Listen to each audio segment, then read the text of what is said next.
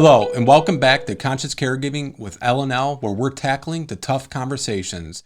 The topic this month is Dementia Influencers and Seniors. Welcome, everyone, to Conscious Caregiving with L&L. I am your co-host, Lance A. Slatton, along with my esteemed colleague, Lori LeBay. We thank you all for taking time to be with us today. Today, we're talking about dementia influencers and kind of what that means and the work that you are all doing. But I just wanted to take a moment because Lori and I are both considered influencers in the dementia space and senior care space. And for example, I'm the co-host of Conscious Caregiving with L&L. I'm the host of All Home Care Matters and the co-host of the Caregivers Journal, along with a writer and journalist for several of the online healthcare sites. And my book just came out in March, so I want to plug that in there real quickly. But really, when I stopped to think of myself as an influencer, I never really thought of myself as an influencer. I'm just trying to help raise awareness and provide resources for people and have important discussions on these types of issues. But, you know, we find, though, and I'm sure with a lot of you, and I'll be interested to hear what you think, it's having an impact. You know, we get emails from people, we get comments on social media, and we get likes and engagement.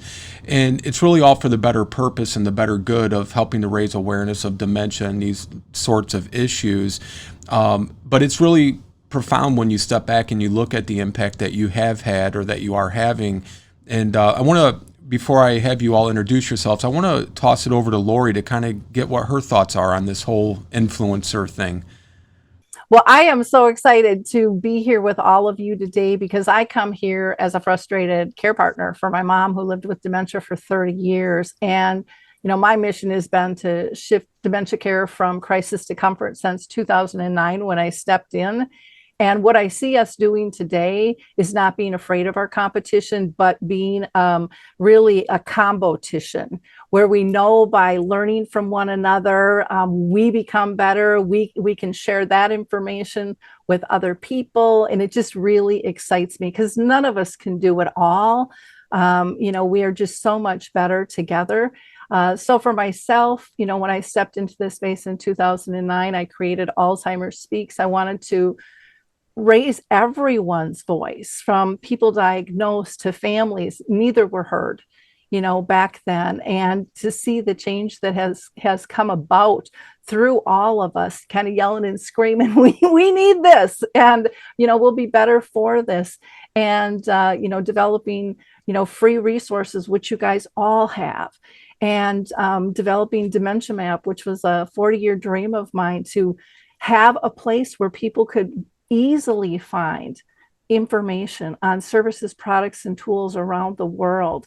You know, I think it's just so important for us to connect. So I can barely sit in my chair right now. I am so excited about this. So thank you all for participating, and let's let everybody introduce themselves. Lance, take it away. All right. Thank you, Lori. Well, first, I'd like to start with Debbie Compton. Debbie, if you'd like to introduce yourself to the audience. Absolutely. Thank you for having me here. I know both of you and worked with both of you previously, and I'm super excited to be here. I run the Purple Vine, and my mission is to empower caregivers to reduce their stress, block burnout, and remember to laugh again. You're surrounded by all the negativity. We need to focus on the positivity. Yeah, well, thank you for being here, Debbie. Next, we'll go to Lori Scher. Hi, I'm so excited to be here and see so many faces that we've all been close with before. My name is Laurie Scher, and I'm very involved in Dementia Action Alliance. I am a person living with dementia. I was diagnosed at the age of 55 with early onset Alzheimer's and FTD, and it's changed more to FTD. And I'm doing the best I can to make a difference in the lives of, in particular, people newly diagnosed who come in just scared and really working hard to make a difference in their lives and help them to learn they can live well. Thank you for being here, Lori. Next, we'll go to Jennifer Butte. I'm Jennifer Butte. Lovely to see others who are also passionate about dementia. It's not the end of the world, it's the beginning of a new one, is it not? I live in a dementia community with many others with dementia. My father had dementia and two cousins. Previously, I worked in Africa, India, and Ukraine as an unpaid doctor. I was diagnosed in early onset dementia in 2009 when I was working in England and had to take early retirement. And I speak in conferences on radio, TV in England. I live in England, raising awareness and understanding of dementia. And I passionately believe that more can be done to improve the present as well as the future, and tell stories in my weekly blog to make it fun for other people as well. Well, we appreciate it, Jennifer. Thank you for being here. I'll just say personally, every time I talk to you, my day always gets better. So it's going to be a good day. Next, we'd like to go to Vicki de Klerk-Rubin. Thank you for being here, Vicki. Oh, thank you for having me. I have many roles. I am the daughter of Naomi Feil, who created the validation method. I took the reins from her in 2014, and now I'm the executive director of the Validation Training Institute. My favorite thing to do is to teach, to do presentations, to share the skills and the reframing of what it means to live with cognitive decline. My mom is, or was, very passionate about getting rid of this word dementia because she felt it was so negative. And so I will try very hard during this together time to not use that word. And if you hear it from me, catch me on it, please. We will. And just out of curiosity, Vicki, what would your mom recommend, or what's a better replacement for the word dementia? Cognitive decline. Cognitive decline. Thank you. Or cognitive change. Cognitive change. Thank you. Yeah. All right. Mr. Norman McNamara, thank you for being here. Hi, thank you very much. Thank you. It's so lovely to see you all friends and you, even though we've known each other for years, but some I've met before, some I haven't. My name's Noems, and I'm the founder of the Global Purple Angel Dementia Campaign. I'm also diagnosed with Lewy bodies, and I am, as most people will say, positive. I'm a glass half full guy, not half empty. And I believe that change needs to come, and change will come, and there's ways of doing it. And by what we've done with the Purple Angel, that's what we've done. We've just done it by sharing information like this, and by sharing it with everybody we know. There's no cost. It's dead easy, really, when you work it out. It's a no-brainer. Let's just share what we know so we can help each other. All right. Well, thank you for being here, Norman. Next, we'll go to Mary Underwood. Hi, thanks for having me. I am Mary Underwood. I started in the cognitive change world in 1989. So I'm on my 36th year of focusing solely on memory care, and recently started my own company, Empowermentia, because I believe empowerment is what will make the journey the best it can for everybody. So my goal is to empower families, people with the decline, organizations to do better care. It's about empowerment. And I learned that when my own dad was diagnosed with FTD in 2015. He has since passed away. But I learned with all the knowledge and experience and resources I had, it was still a difficult journey. And I want to make it easier and empower those who are now on this journey. That's wonderful. Thank you for being here, Mary. Next, we'll go to Reverend Katie Norris. Welcome. Hi, thanks so much for having me. Lori was the first person who ever interviewed me in 2014 when my book came out. So always super appreciative of all the work that you have done over the years for all of us. So I am the owner of Recourse Coaching is the business name, but people probably know me as Creative Connections Dementia on social media. And I teach trauma-informed Montessori-based dementia care. And I started out as a care partner for my mom who had Lewy Body Dementia, and she died about 8 years ago. And then my dad has Alzheimer's now. So I'm still a care partner, but also been doing this work for 14 years and helping people, have a different view of what it means to live with dementia, that life is not over. Somebody else said it's a new beginning, and it's, and that all these scary things that we hear about dementia really are not dementia. It's kind of how we have, talked about it in the past when we didn't know as much as we know about really good dementia care now. And now that we know that, and all of us are sharing that we can like change that narrative and people can live joyfully with dementia. And so that's what we hope, share with people online and through our membership and things like that. And so I'm super excited to be here with everybody else that's doing like the same work, because Lori, you're so right. Not one of us can know everything. And it's really helpful when we get everybody's perspective so we can learn from each other. Absolutely. Well, thank you for being here. Next, we'll go to Isabel Mumby. Welcome. Thank you. Thank you for having me. My name is Isabel Mumby. I am one of Mumby's Living Care. We are a family-run company care provider in the UK, in Oxfordshire.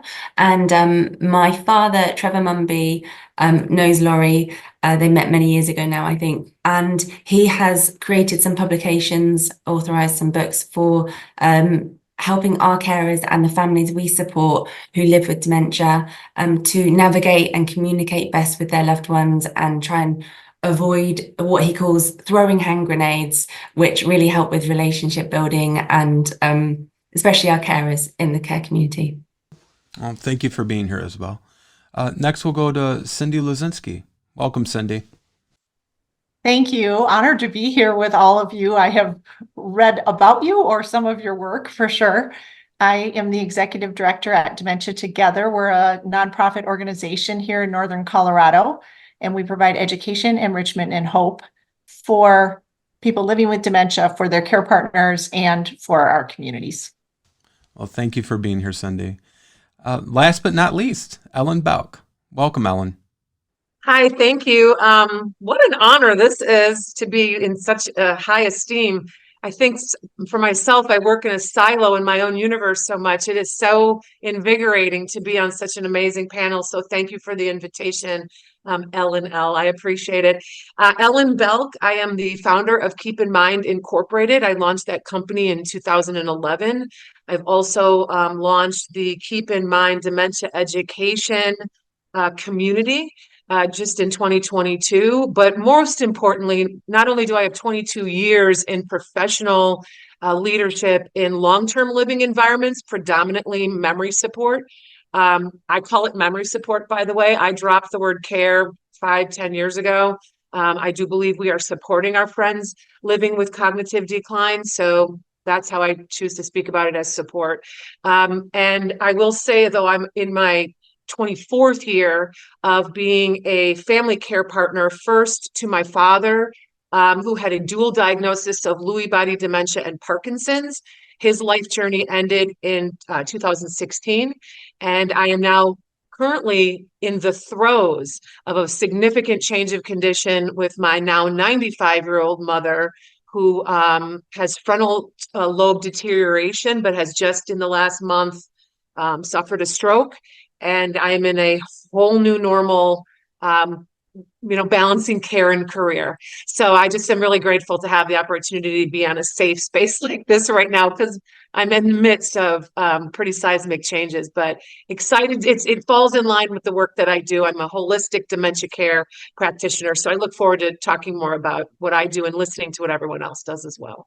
Well, thank you. Thank you for being here. And, I think all of us, our ultimate goal is to help raise awareness and support families, whether it's our own or our loved ones or friends of ours, or just society as a whole, with a better understanding of what dementia is, or cognitive decline, or cognitive changes is. I know Jennifer has a name. She calls it rementia instead of dementia.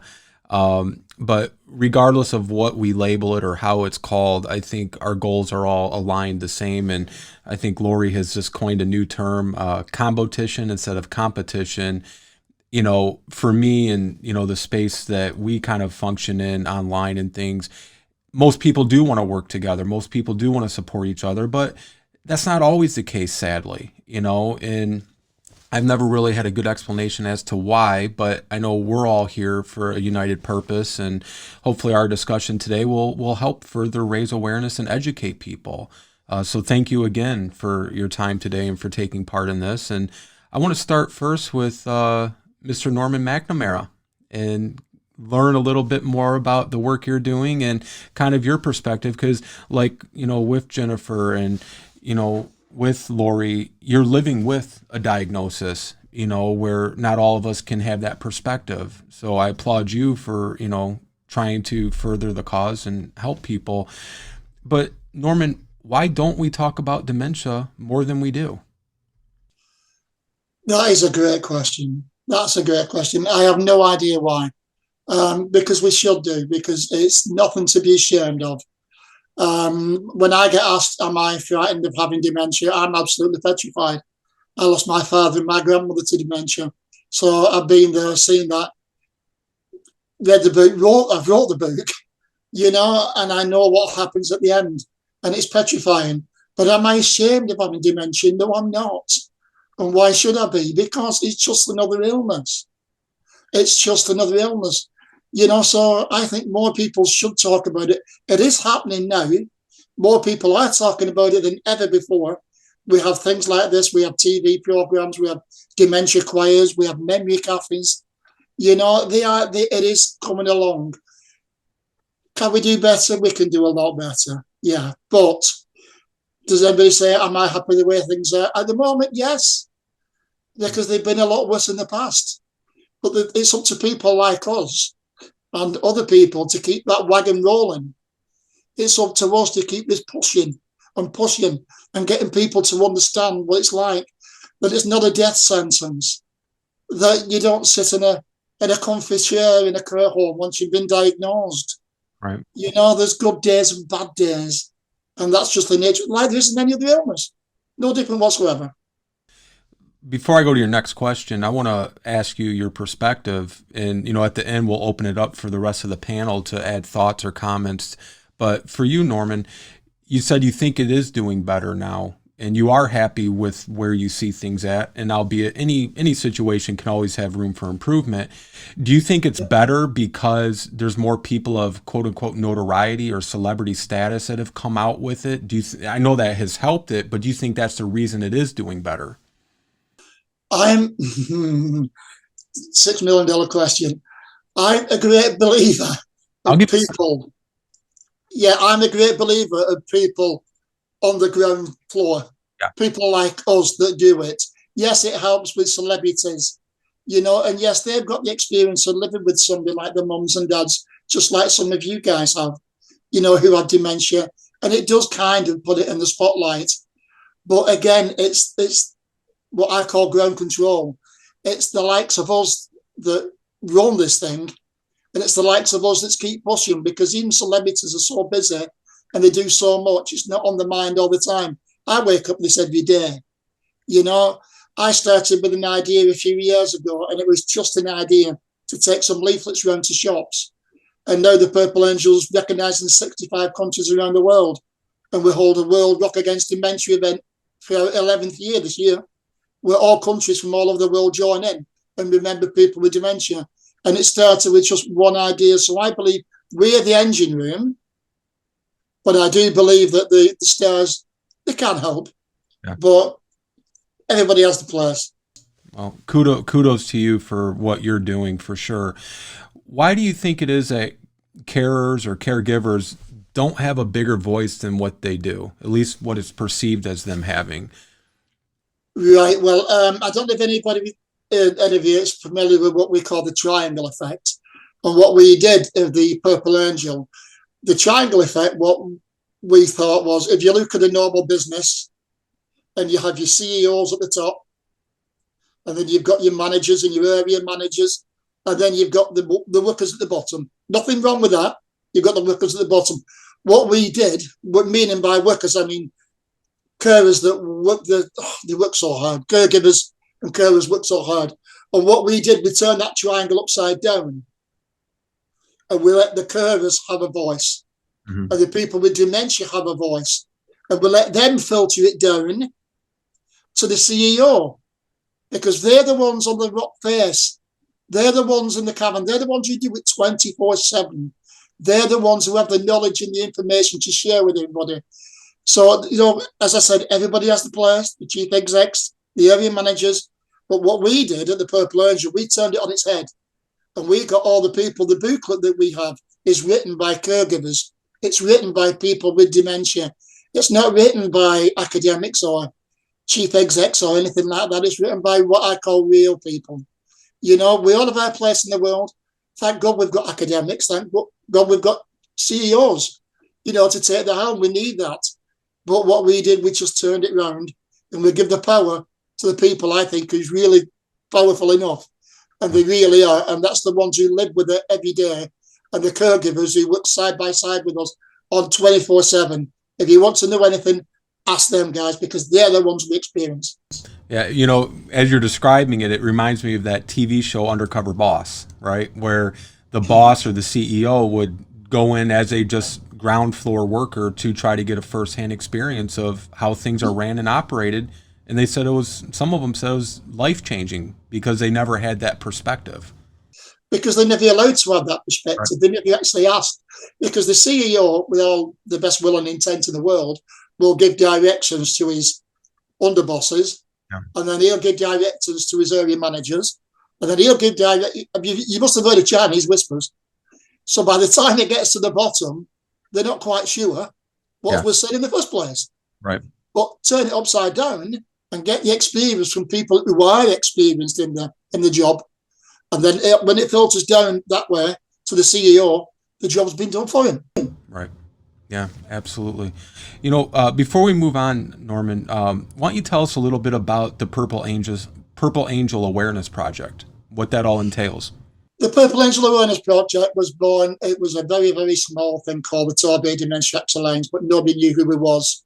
But because each of every one of us is a volunteer, not one of us gets paid in what we do, which was quite unusual compared to other organisations. And what we did, we decided to share every piece of information we could. So we went into shops and businesses with a leaflet of 20, I think it was about 12 pointers, how to deal with people with dementia. And when they come into the shop or the store or the business, and it was things like money handling, spatial awareness, stirring, confusing, looking like they're drunk when they're not, spatial awareness and that. And we give it to a shopkeeper, and I will never, ever forget the first shop I walked in all those years ago. He said, "Why has nobody ever done this before?" Because we need to know this when these come in. And how much is it? I said, "It's none, it's free." We just raise funds as hard as we can to pay for the paper, to pay for the ink, and to pay for everything else. Nobody gets paid in this organisation for doing anything. We're all totally volunteers. And that's how we took it forward. And this gentleman said to me, he said, "It's amazing." And he started talking about his granddad, and you could see him filling up because he'd never spoke about it before. And he was absolutely amazed. That day we walked in 241 shops in one day. Wow. To ask, will they put the poster up to let the staff read? This poster's still available, by the way, everybody. If you ever want to, email me and I'll send it to you. And they put it into shops now to 241. 240 said yes. Oh. Just one said no, and I can't really go into why, because it'd be unprofessional of me to do so. But 240, and they just could not believe that we were giving them the information. It was short, it was sharp, it was 8 points only. It wasn't 300 or 400 pages long, but they understood it, and it was simple, but it was informative. And basically, that's what we do. That's terrific. Thank you, Norman, for everything you're doing. It's remarkable, and but it takes people like you and ideas like yours to make a difference. Like you said, it starts really from the bottom up. With that, I want to go back to Lori. Well, I am going to go to Katie because you are doing such phenomenal work. And one of the things that really hit me, and this was just recently, I follow you on Instagram and all that, but you do these powerful videos, you and your son, which I love the whole intergenerational piece that you're doing as well. Yeah. But you get to the heart of the matter of family dynamics in real world stuff. And the one that hit me the other day that I don't hear people talking about is you were talking about, what do you do with a person who's living, with a form of dementia, and they're a narcissist? how do you deal with that? Yeah. And so I want you to tell people first, what is trauma-informed Montessori? A lot of us have heard about trauma-informed, and we're all traumatized, especially in the world today. And I think this is a critical piece to view things a little bit differently. Yeah. Well, thank you so much. I love doing the videos with my kiddo, who started out as a child care partner live-in with us, with my mom at 6 years old. So, and now he's 20. I feel like, we don't script the videos. We're like, here's a situation, let's just go with it. And I think it's because we've lived it so many times that it comes out that way.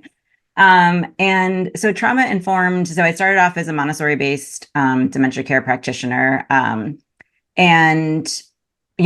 Montessori, kind of by definition, and probably just the way she does things, even for kids, has always been pretty trauma-informed. She really felt that the way that we taught kids and trying to control their behavior and punish them into, or scare them into doing something, right, was not okay. And that's kind of the Montessori, they didn't use that phrase back in 1906, but I added the trauma-informed part in because I'm also a minister and have training in like family systems theory and things. And so, it's very different if I go in and work with somebody who has cognitive decline as a non-family member, as opposed to if I'm a family member, right? My dad will respond to me differently than to somebody else.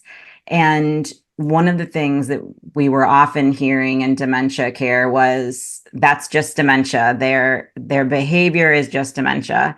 And first of all, we know that it's usually, there's something behind it. But for some people, the trauma-informed part that was missing is that some people have had dysfunctional behavior before they ever got dementia, right? And in a family system, and when you are expected to, it's your parent or it's your spouse, it's just dementia, just put up with it. If we need to find ways to improve those kinds of behaviors, but also keep people safe at the same time. And so that's kind of, where the trauma-informed came in, was that we were, some dementia care, the way we were phrasing it, I think in the past, was really kind of sending people into unsafe situations. And that wasn't the best idea. So how can we provide really good care and still keep everybody mentally and physically safe? And then also, though, some dementia care practices are traumatic, and people will do things like tell a person with dementia, you can't drive anymore because you will hit somebody and you will kill someone. That's very scary. Not everybody agrees on the black mat thing. I know some people still teach it, but you're scaring someone into not crossing a threshold. It's like if you were driving a car and all of a sudden you hear sirens and you get that drop in your stomach and you are panicked. Is that for me? Like, am I going to get in trouble? That's what we're doing to somebody when we use certain forms of care that also are fear-based. And so that's kind of where the trauma-informed is for all care partners, the care partners with dementia and the care partners without. So, and then of course, Montessori-based is very much based in why is a behavior happening and how do we change the environment, which also includes us in the environment, to work with a person's brain and how it works, right? And to honor who they are and to follow the person and to, meet their reality and provide things that work for them so they can still live a joyful life and do all the things that they love. Instead of trying to, I need to control somebody's behavior. We don't really kind of believe in that kind of system, but yeah. Okay. Can you tell our audience what types of services you provide? Like I said, following you on Instagram, is so powerful, but I know you do a lot of other things besides just your clips and things. So yeah, so it's so interesting because my journey was, I started teaching Montessori-based dementia care out of the back of a church where I was the minister because other families didn't have access to it, and then started a nonprofit, but obviously then COVID hit many years later. And so now most of what I do is the kind of educational videos on social media, on Instagram and TikTok and YouTube, at Creative Connections Dementia is usually the name. And so at the same time, though, we also still do trainings for home health care agencies, for care facilities, but we have a monthly membership where it's mostly family caregivers who have people who live at home and who don't, but professional caregivers can be in it too. But we do like weekly group calls with people. So you can bring a situation to us because we have all the Montessori based courses in there and everything. You can learn all the things about dementia care. And at the same time, when you're in it, like even with my own dad, I'm like, oh, I just made like, I don't think I handled that right, or I need someone else to look at it. Right. And so that's what they can come to us, they can bring us situations, we can go through it. And then the other peer, people in the group are so amazing. So it's also like this great support. So that's kind of what we have been doing for the past couple of years. And super excited that social media has allowed us to it was just, I did everything like wherever I lived before, right? And now we can help people all over the place, which is pretty cool.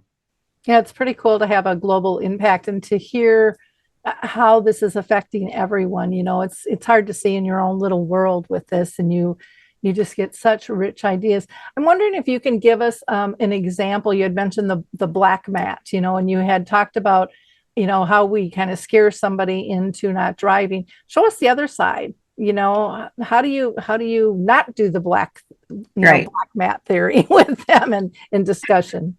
Well, and it's hard because also you need to keep somebody safe. So sometimes some things work in the moment, right? But so like with the black mat, we always figure out why is somebody wandering. And we always throw out the phrase, it's because they have dementia, always. Because then we'll never look for the deeper reason why something is happening. So like I've had all kinds of things. If you track kind of when they want to leave, it's the same time every day. And we look back to their past and we find out that maybe that's when their kids came home from school and they want to go out to the bus stop and get their kids, but they might have less language skills or not be able to like kind of place exactly why do I feel like I need to leave at this time. And so there's an emotional need there of taking care of kids. So we might make, usually the solution is a meaningful activity. So we might make cookies that you might have made for your kid. We might talk about your kids. We might call your kids, different things like that. And all of us wander, all of us do it. And that's the thing, we are not very different. And I'm neurodivergent. And I think in some ways that helps. Dementia is a form of neurodivergence, but we all have these supposed responsive behaviors. When we don't know what we should be doing in our environment, or our environment has too much environmental press, too much cognitive, overload.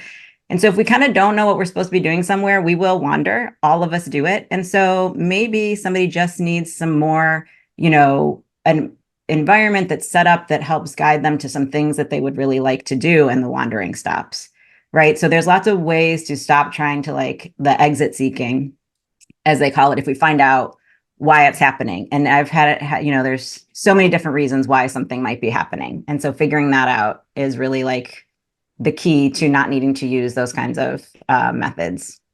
Wonderful. And I loved, even you mentioned the word behavior, and that's a trigger for me. Oh my gosh. Because none of us want to be told that we have a behavior. That's not a compliment, Yeah. And we have to like shift our mindset that this is a clue, this is a tip, something is off here. Right. So, well, thank you, Katie. I'm going to pass it back to Lance because we've got a lot of people to go and hear from, and I want to make sure everyone has a chance, but thank you. Thank you, Lori. Vicki, I want to go to you.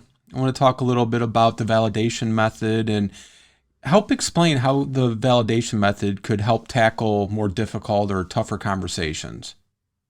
Okay, great question. Validation is really very simple. It's a way to quickly connect and communicate with people, not about the weather, but or what's for dinner, but about exactly what you were talking about, Katie. What's the reason behind the behavior?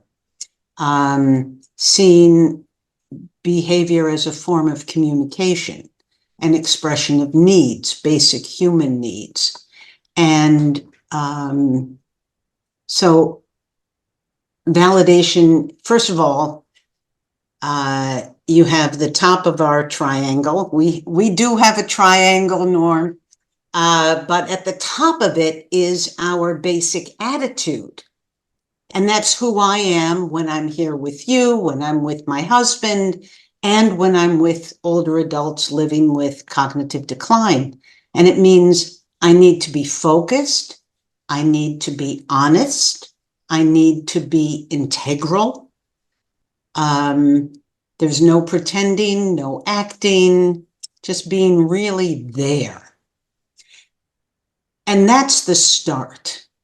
Being able to clear away my thoughts and feelings and focus in on who are you, and what do you need right now? And then, of course, there's a whole theory part of validation, the principles. And what I'm loving is I am hearing reflections of all the validation principles in what people have said here. That's great. Because we all have to be working humanistically and looking at the whole and not an illness. They're not the ulcer in room 5, right? They're Mrs. de Klerk, who happens to have an ulcer or whatever. Sorry, I'm taking a little circuitous route here. The third part of validation is the techniques. How do you talk with somebody? How do you go deeper? How do you listen and pick up the cues and the clues? And even if a person is nonverbal, how do you communicate nonverbally? How do you use music and touch and saying some things as well to connect with the other and take them in and let them express whatever is there in the moment. So that's how I would do it. Yeah. I want to ask you, Vicki, because you kind of took a little bit of my next question, though, but you can add to it. Somebody that's watching or listening to this, and maybe they're just now for the first time hearing about the validation method. Maybe they've used other methods that are available. We all know of different, methods and programs and, trainings that are all out there. And it seems like there's a new one every week. I tell you, it's like I'm seeing or learning of a new one almost every time I go online. But the validation method's been around. It's been established. It has a sterling, remarkable reputation. But for that average person who's not familiar, and maybe they're just starting to explore, like, what can I do for my mom that doesn't involve medications or just sedating her and putting her in room number 5, if you will. What makes the validation method unique, or what's the differences with other non-pharmaceutical methods that are available? Thank you for that question. Yeah. Well, my mom developed the validation method and first published in 1982. Since then, it's developed over time. But what's remained has been the principles and the techniques that she developed for individual work, that's one-on-one, but also you can use it in groups. It's a fabulous weekly activity. And in fact, she developed it as a form of group work. That was her specialty. And I think what's unique about validation is that it can work equally well with verbal and nonverbal. We tend to use the word clients rather than, we can just say older adults. I think that's what makes it unique. And also we have 26 training centers in 14 countries. There's all the books behind me are, a lot of languages. I've written a couple of them. There's some German validation teachers who have written beautiful books on the validation method. And of course, my mom, Naomi Feil, wrote the seminal book back in 1982. which has been revised now 4 times.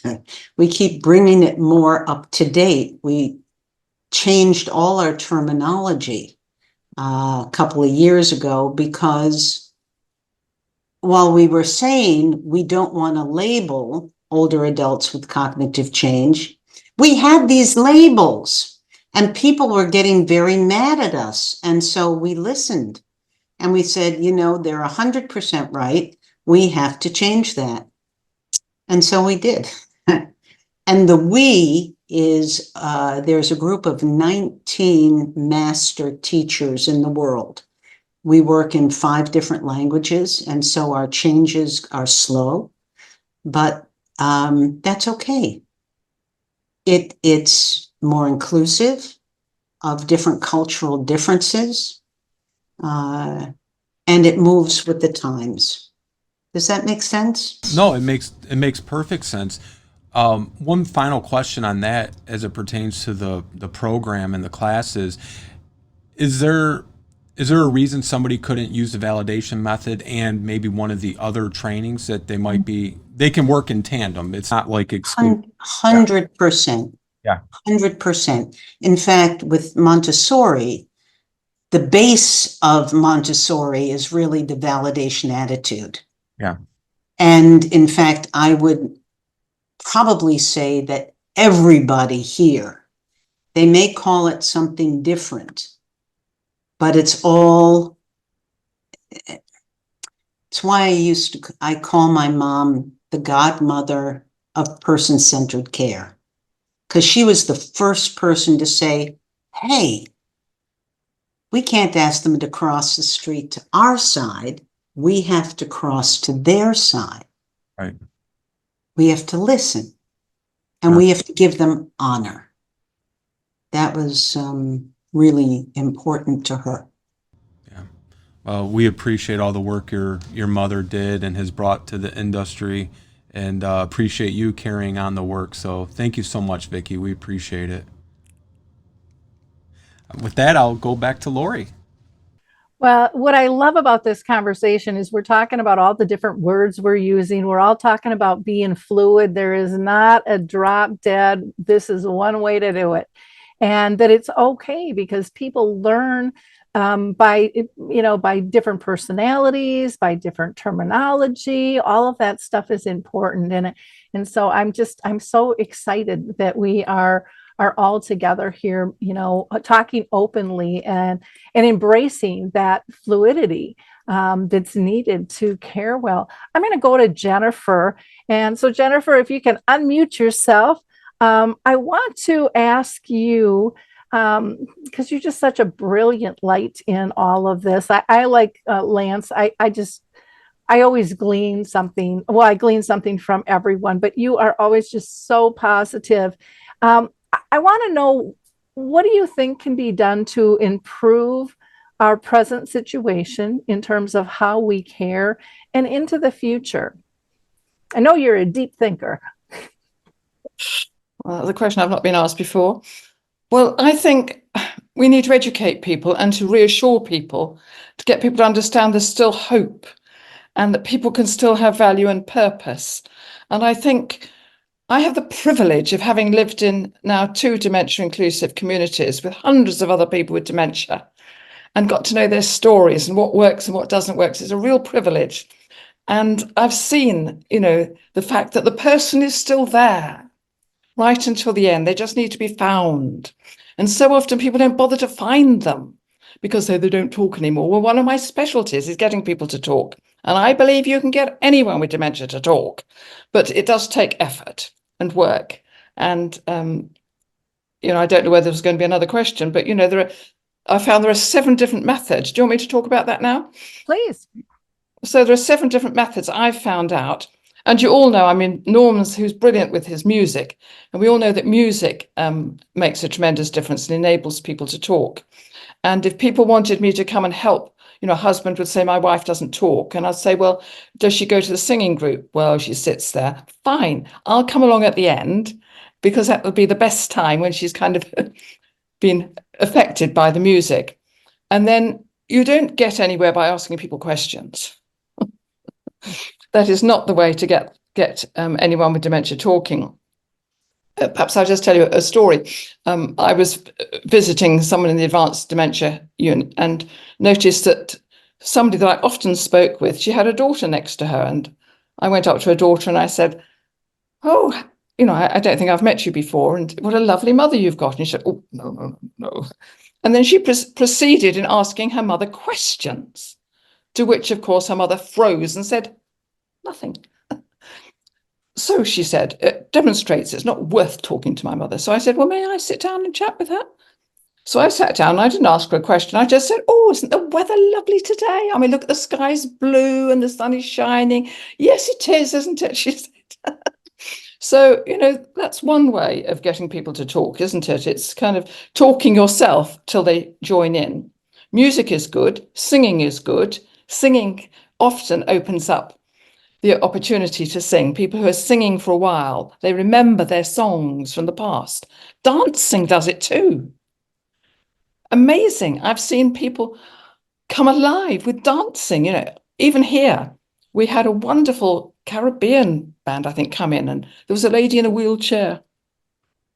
And they got going, and she got out of her wheelchair and joined in. And then she started talking, but only for a short time. But you have to then go back again and do it all again, don't you? And then, of course, for many people, faith traditions, a candle can help people to talk because it's familiar to them. Or, saying the Lord's Prayer or something simple like that, or a different faith, something that is related to what their core being has been in the past. And then there are two methods that I call convergent or parallel. And again, I'll just tell you one story how I discovered this. I went to visit my cousin who had dementia, and her husband said to me, "I'll go make a cup of tea and you can stay with her. She won't say anything to you, though." So I started my usual method and said, "Oh, isn't it lovely, this place you're living in? It's beautiful. You've only been here for a short time. You've got a lovely view from your window." And this was going right. "How long have you been here now?" "Oh," I said, "I'm so sorry. I shouldn't have asked you a question, should I?" And she started to laugh. Good, I thought. So I turned my back on her, yes, because sometimes you've got to do that. If someone is feeling threatened in any way with their speech, you turn your, and I started talking about the pictures on the wall, about which I knew nothing at all. And when I got to the third picture, I heard a voice behind me saying, "Oh, we bought that in Hong Kong." And the shopkeeper said, whatever it was. And just at that moment, her husband came in with a tea tray. And he saw me standing looking at the picture, and he said, "Oh, I'm so sorry. You had to amuse yourself. She never says anything anyway, does she?" So I said, "Well, she was telling me that you bought this picture in Hong Kong in the house." And he almost dropped the tea tray. So there are lots of ways you can get people to talk. Just because your usual method doesn't work, don't give up, please, because I've lived amongst hundreds of other people with dementia, and it is possible, not for a long time or not on every occasion, but it is possible to get them to talk. Well, and we have been taught that they are not able, and so everyone just go, "Well, I'm not even going to try that," because for years and years, there's been this negative stigma of people with dementia aren't able. And it's so sad because look at you guys. I mean, all of you have been living with dementia for quite a while. And you're on Zoom, you're writing books, you're doing videos, you're speaking to people, you're in charge of programs, you are lifting others. You are living with purpose and passion. And, that's what we all want. And a person with dementia or cognitive decline or neurodegenerative or, memory loss, whatever you want to call it, it doesn't make any difference. We are much more similar than we are different. And that is such a big piece of this pie. And, everybody is kind of saying that over and over in different ways. Now, the arts is really important. And I know that you're a big believer in music. Why is that, Jennifer? Well, music is about the best thing for affecting every single part of your brain. And as you know, dementia affects different parts of the brain. But with music, it'll touch part of the brain somewhere that isn't affected, certainly. For example, the front of the brain is associated with moving. So with music, moving or playing an instrument, that's at the front of the brain. And the top of the brain is the kind of the feel of the instrument or dancing and so on. At the back of the brain, it's the visual stuff, looking at it, reading the music or watching the dance. And then the bottom of the brain is, the hearing of it and listening and the memories that come back with that and the experience and the contact. And then the bit below that, the cerebellum, above the spinal cord, is the emotional reactions to it. We all react differently to music.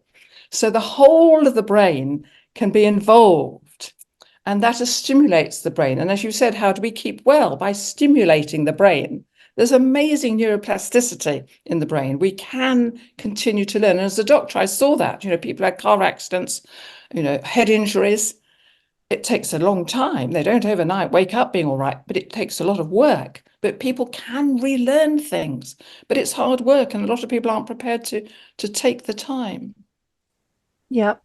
Well, and I want to give a plug for Norm's and his iPad program, that he's got in the ambulance to keep people calm and, utilize. There's so many ways to utilize music, and it's so undervalued, yet we all love it. We all use it pretty much in our lives every day, but we don't think about really truly the impact it has, how it can make us happy or sad and lift us up or put us down, whatever. And knowing what's a good match for that person, like if I end up getting diagnosed, don't give me my kids and my grandkids music. That's not going to do it for me. I want my playlist.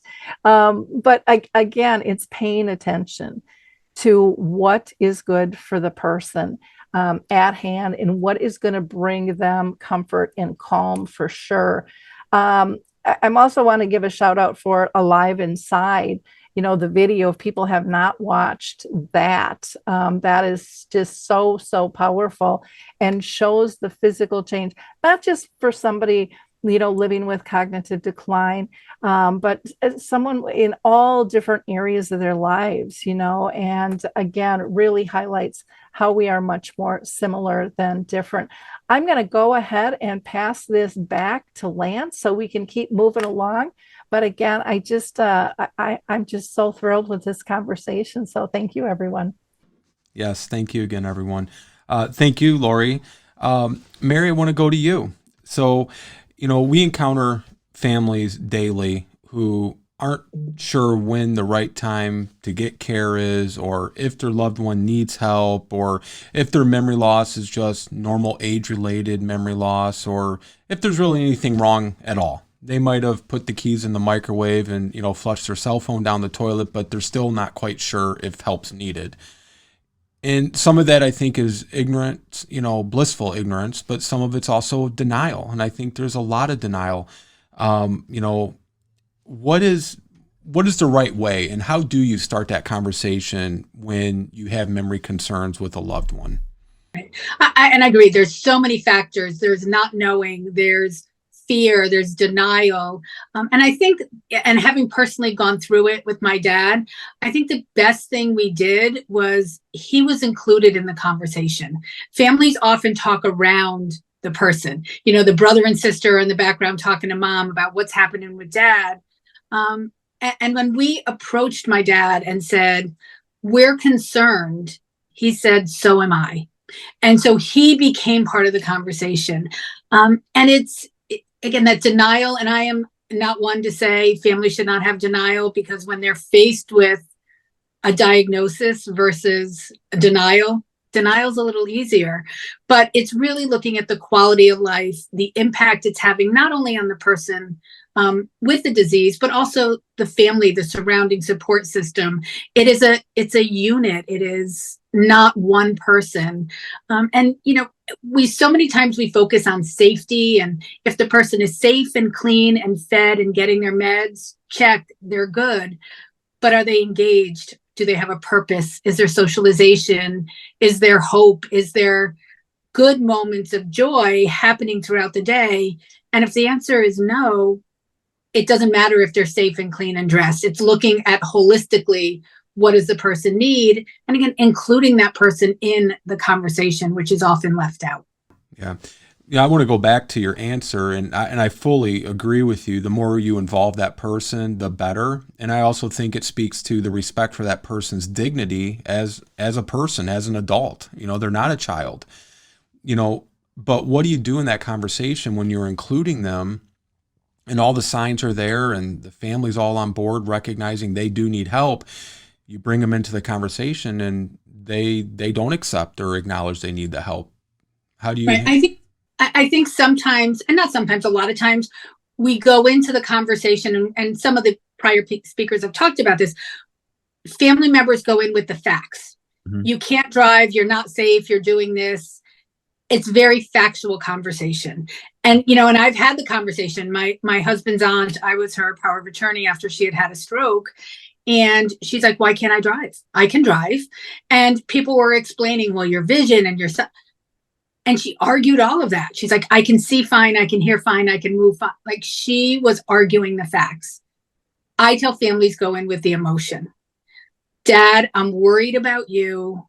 I know you may not be, but I need you to do this for me. I'm concerned. Again, if you have an emotional conversation, the person generally can't argue with that. But also going back to the trauma, sometimes you're going to have a narcissistic, difficult, challenging person. But if it's a person you've had a relationship with, to have an emotional conversation versus a factual conversation. An example story, when my dad was in the earlier stages, he struggled with money and paying. So we as a family decided we're going to intervene and help when he's having trouble. So we were out to a fast food place one time. He was going to pay because that's what he did as the dad, and was really struggling with paying. And I saw him getting frustrated. So I jumped in and I'm like, here, I'll take care of it for you, Dad. And then I noticed he was not happy. So I sat down and I said, okay, Dad. And I didn't say, are you having trouble with money? It's, Dad, I notice you have trouble with money. When that happens, do you want to do it yourself or do you want us to help? Because when we help, you get mad. And when you do it, you get frustrated. But family members think they need to make that decision for the person.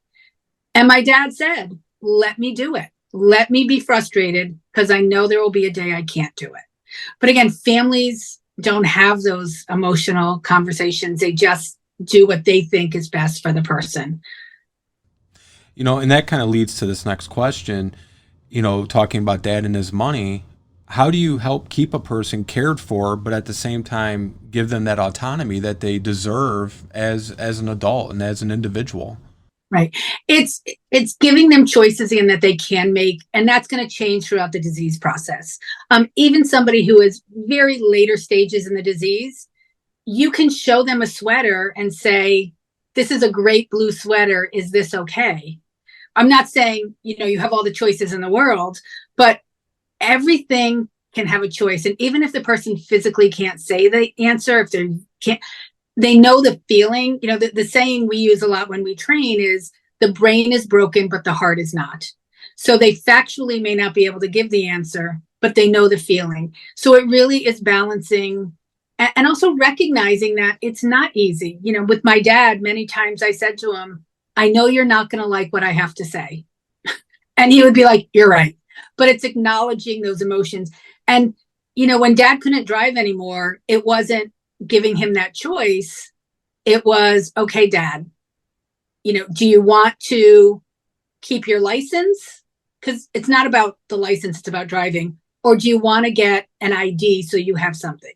So again, it's giving choices all throughout the disease process that, again, goes back to empowering. It's empowering the person to have as much control as they can throughout the disease. And sometimes it's not a choice. Sometimes it is, you have to say what has to happen, but in a respectful, I'm sorry, we have to have this conversation. I'm sorry if you feel like I'm being bossy. But it's acknowledging, again, it's all back to the emotions and not just the facts. Yeah, absolutely. I agree wholeheartedly on that. Once you get past some of those early decisions and those early conversations and you decide to, okay, we're going to implement some care, mom or dad or the loved ones on board with it. And then you start recognizing down the road that more care is needed or warranted. do you just automatically make the decision to add the more care, or do you go back and have that conversation again? Because down the road, their ability to make those decisions might be, influenced by the progression of the decline. How do you handle that, or how do you decide when the right time is to add that more care, and how do you go about adding it? Right. It's, unfortunately what happens a lot of times is that people are surviving the moment, and I get it, I was there, but it's planning down the road. So for family members to say, okay, this is where we're at now. What if down the road X, Y, and Z happens? What would you want? What if you're able to have that? But again, many families aren't in that. And it's communicating as, again, my dad needed more help. We weren't always giving him a choice, but we would make sure he was informed. And as to when, I think families always wait for that line in the sand. They say, I know when the time is right. And I don't think any family knows when the time is right. So it's being open to possibilities. It's being aware of what the care is out there. It's exploring options. It's hoping for the best, but preparing for the worst. And again, it's looking at too, is your loved one getting the best version of you? Because you may go in and yes, they're dressed and cleaned and everything's taken care of, but you're resentful, you're having negative interactions. Does your loved one deserve better than that? So there's so many factors to take into consideration. The caregivers are one of them. Well, I appreciate it, Mary, and thank you so much for the work you're doing and for being a part of the panel today. Thank you. It's a great group to be part of. Yes, it is. Lori, we'll go back to you. Well, I want to pull in Cindy now. Cindy and I go back a long ways, and I am just a huge fan of all of her work with Dementia Together. But one of the things I want to talk about, because you have just done such an amazing job gathering the troops, and I mean, just really building this sense of community. How did you do that when, there are so many different opinions that are out there and everybody's perceptions are a little bit different? How do you do that and make it relevant to care and then get them walking in together, talking all with smiles on their faces? Because you do it beautifully. Thank you. Well, yeah, I think it starts with knowing the right people. Like I knew you way back in the day. And we wanted to start a dementia-friendly community initiative. And I got to meet Norms, and getting around people who are like-minded, that helps. And then also talking about what do we have in common?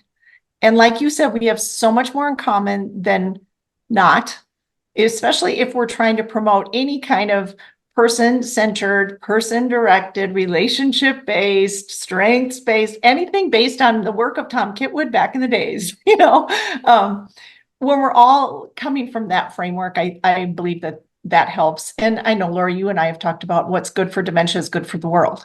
And so, I pick my own method that has really resonated with me, and I'm listening to all you talk, and I'm filtering it through the lens of the Speckle method.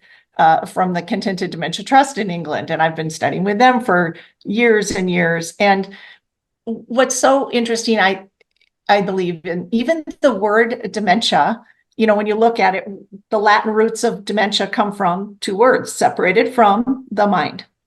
And so there is nothing in that word that even implies being separated from the heart, separated from the soul. There is no reason why we can't connect on that deeper heart and soul level. And so that's really when I get to teach about the Speckle method, it's really how do we boost well-being? And everybody can relate with that. Everybody knows that for themselves or for their loved one with dementia, we need to boost their personal worth, their autonomy, their social ease, their trust that all will be well. And everything, and we have an acronym, PAST, everything around that can be tailored and be used in real practical ways to help people live well. We know when we have angst ourselves, it's like, well, what's missing? Do I not have a sense of purpose? So my personal worth is threatened. Have I lost a sense of trust that all will be well?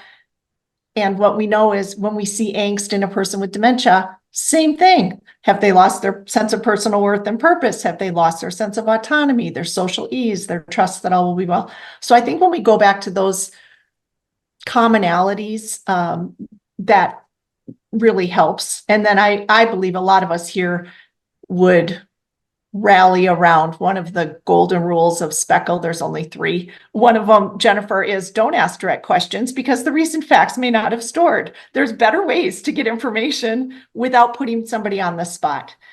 The second golden rule is listen to the expert. And that's where I feel like that is the most important rule for all of us. And we're doing that. We're trying to listen to the experts, the people who themselves are experiencing dementia, and letting them lead the way. So a lot of it, when we talk about let's include the person with dementia in all our decision making, yes. However, if my expert with dementia is telling me this is causing anxiety and I can't, I don't know what to do, and they're looking to me to rescue the situation with them, I can create that we relationship with them.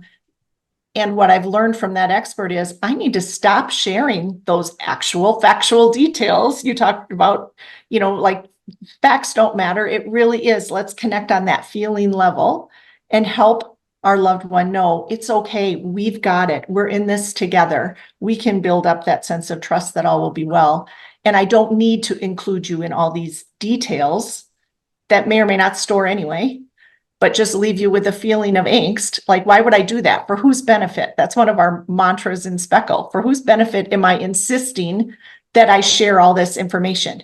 If it's not for the benefit of the person with dementia, then I can keep my mouth shut.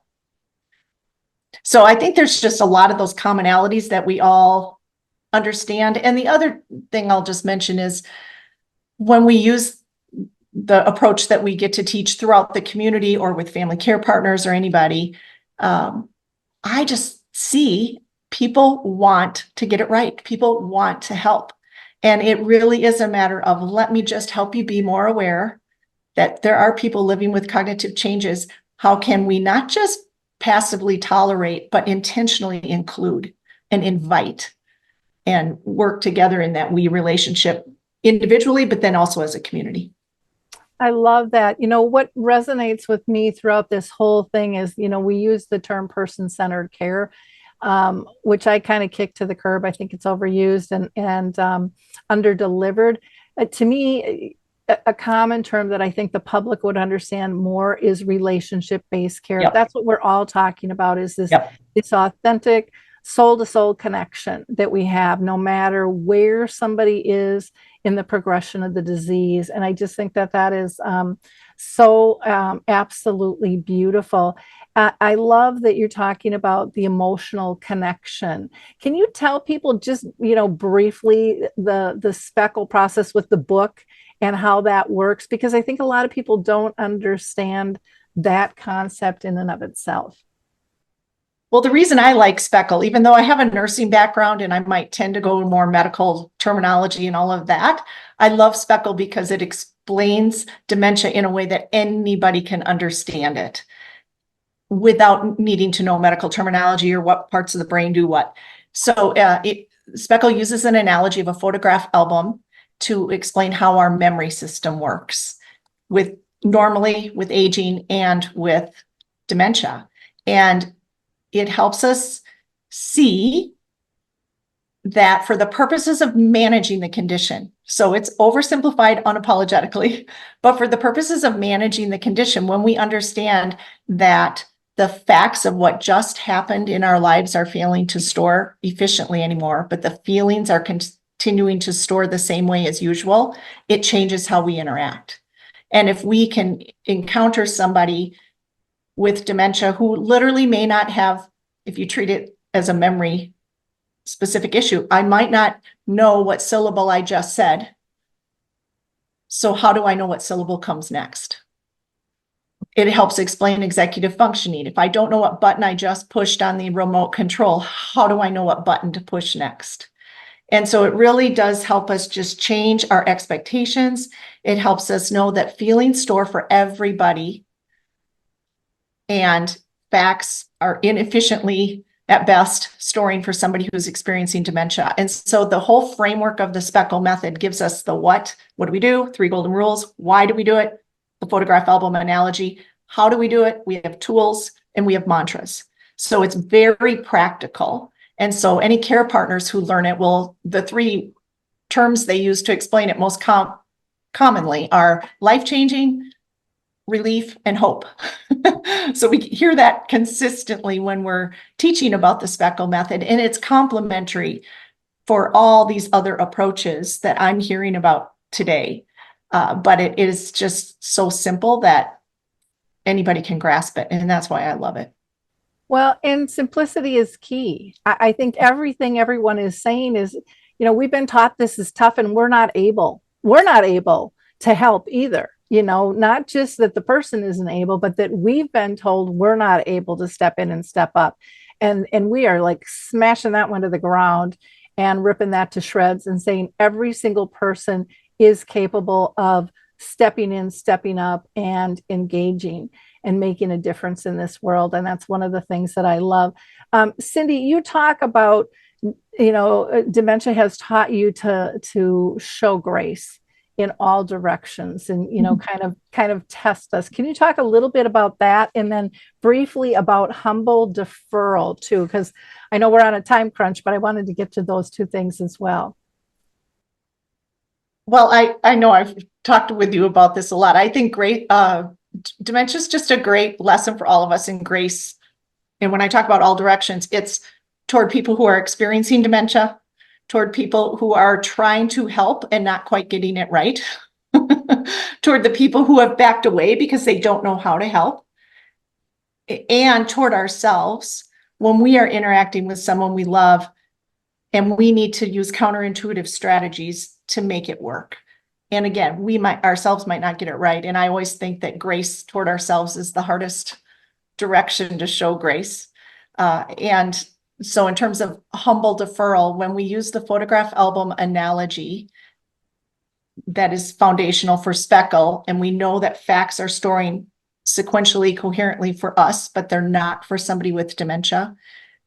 We talk about, we have to always humbly defer to the person with a blanking album who doesn't have the facts storing well, but they do have the feeling storing well.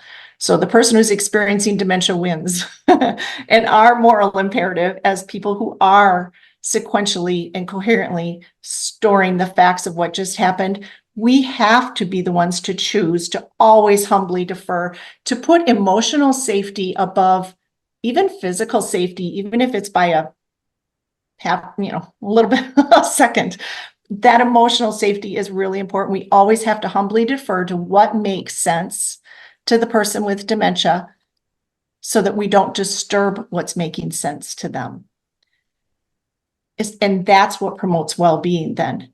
And that's where it gets back to that mantra, for whose benefit am I insisting on saying this? Well, if I humbly defer to what's making sense to them and they're telling me what helps them cope with whatever they're feeling, if I disturb that, I'm not doing them any favors. So a lot of it is, let's learn to find things interesting, authentically interesting, be authentically curious, and figure out, well, I wonder why Joe feels like he needs to catch a plane to Thailand in an hour. Isn't that interesting?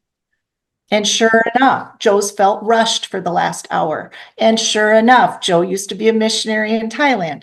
Like all of that, as a lot of you have already said, it never comes out of nowhere. There's always a reason for what we're hearing and seeing. And our job is to be detectives and listen to the expert. Great. Thank you so much, Cindy. Lance? Thank you, Lori. Thank you, Cindy. Next, I want to go to Lori. Lori, you are with the Dementia Action Alliance, DementiaDays.com, but you're also living with dementia. And I want you to tell us about your program, Helping Hands, and how it came about and the effect that it's had on people. Well, I am so thrilled with the Helping Hands programs. I was part of starting a number of programs at Dementia Action Alliance, DAA, but Helping Hands to me just really wraps up our mission and what we see as the way dementia should be handled. And that is, when I think of the meaning of living well, with dementia, what that means to me, it starts with number one, finding and holding true to a purpose. If we don't have a purpose, why get out of bed? If I don't have a purpose, why should I bother getting dressed? Why should I bother putting my feet on the ground? Because what is there for me to want to live for me to want to move for? And so we put a lot of emphasis in helping people to find a purpose and to stay involved socially with positive people and find strategies to work around obstacles. So the challenges that come in our way. And the Helping Hands program actually originated out of, we had people that were newly diagnosed in particular that just kind of came onto our discussion groups and just kind of hung out, just no life. We had one person in particular, Steve, who literally had not gotten out of his recliner for 2 years, except when his wife came home and said, dinner's ready. He spent his days just in a recliner, watching TV, doing whatever. And he was on one of our discussion groups, and someone had thanked me for sending some cards. And it came to be that they found out that I sent about 20 cards per month or whatever to people living with dementia. And all of a sudden he said, I could do that. Okay. Well, through that, Steve ended up getting out of his recliner. Steve sends out about 25 cards per month. At one point he said to me, Laurie, we don't have their birth dates. How can I send a birthday card? Okay, we'll change that. He became so involved in a new purpose that his life changed. He joined our advisory board. Then we started the Helping Hands team, and he joined the Helping Hands team, and he was hosting a lot of our discussion groups. Sadly, now he's not as involved with DAA anymore because he's volunteering at the local care unit. He goes to a residential home and spends time individually helping with their programs. Am I sad we lost him? Well, yeah, we miss him, but not only is he out of his recliner, he's out of his house. This is where people need a purpose, and if we can help them find a purpose, then we're going to help them in their whole life circle.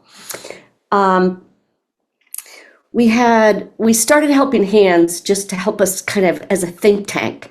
Okay, we have a lot of these people in recliners or people not getting out of bed. How can we help them? And in the Helping Hands team, we had a woman named Lisa who sadly has passed away. Lisa had ALS and was mute. And so during our discussion groups, she kept putting stuff in chat and trying to read Lisa's chats, kept interrupting the meetings. And in our Helping Hand group, somebody said, Lisa needs a voice. And we had someone who was always just very sad.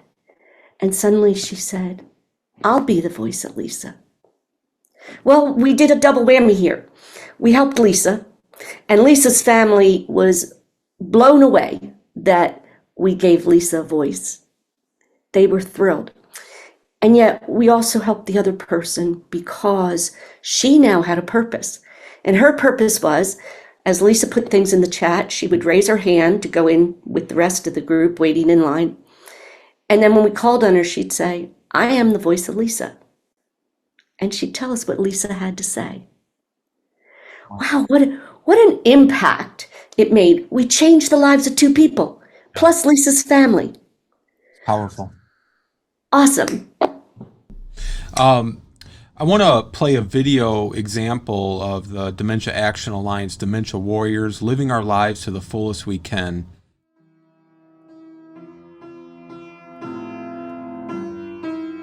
Hi, my name is Jimmy.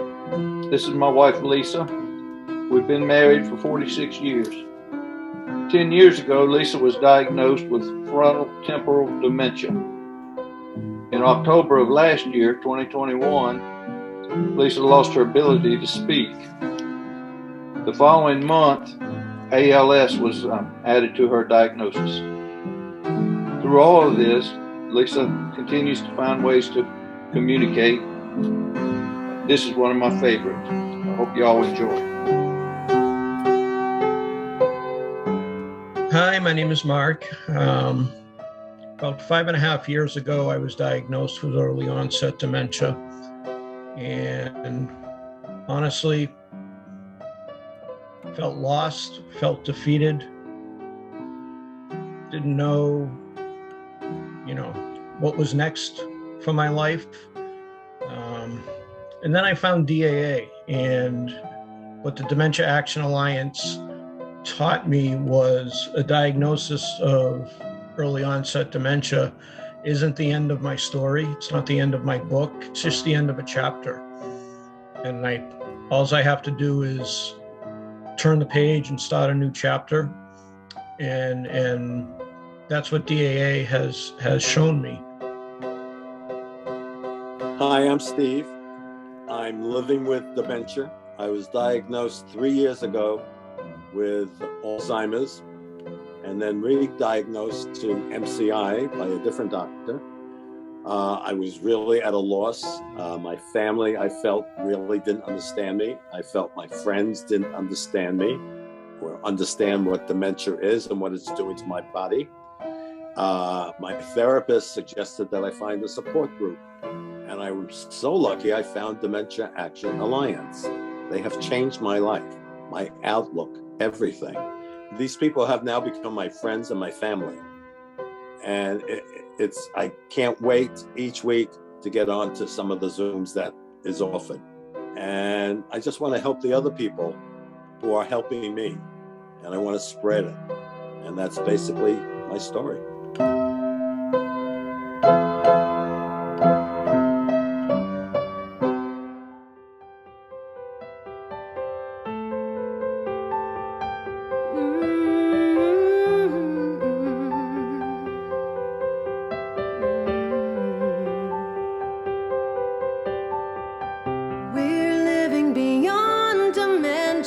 Connecting our lives to help us survive, so we spend our time to the fullest we can. So, Lori, tell us what we just watched.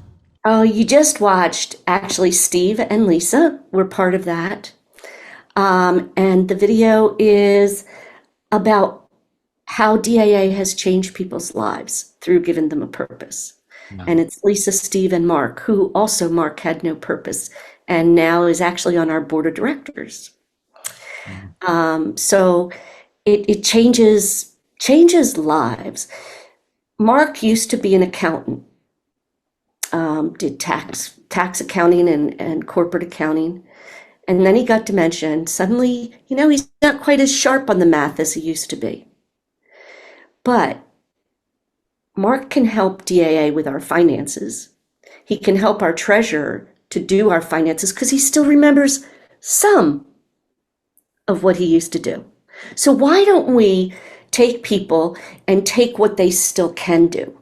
Stop focusing on what they can't do. Stop focusing on the disabilities. Let's focus on the abilities and take those abilities and help them to build and grow and feel proud. I am so proud of what I've been able to do with DAA, not because I'm proud of me, but because I'm proud that it gave me a purpose. It keeps me going. I tell people, I don't have time to die. I don't have time to go downhill. And Norms, I know you're the exact same way. I just don't have time for it. That helps me to, even when I get up and I'm having such a horrible day, I'm so confused and disoriented, helps me to go, come on, just like the little engine that could, you can do it, you can do it, you can do it. What would you say makes the DAA so unique? One is focusing on purpose, and that is a key. I think our stance of nothing about us without us, which I know Kate Swaffer has used and a number of physical disability challenged people have used that as well. But our whole function is we don't have a meeting without somebody living with dementia as part of that meeting. Living the best you possibly can. I think it was Mary talked about her dad saying, let me do it. Well,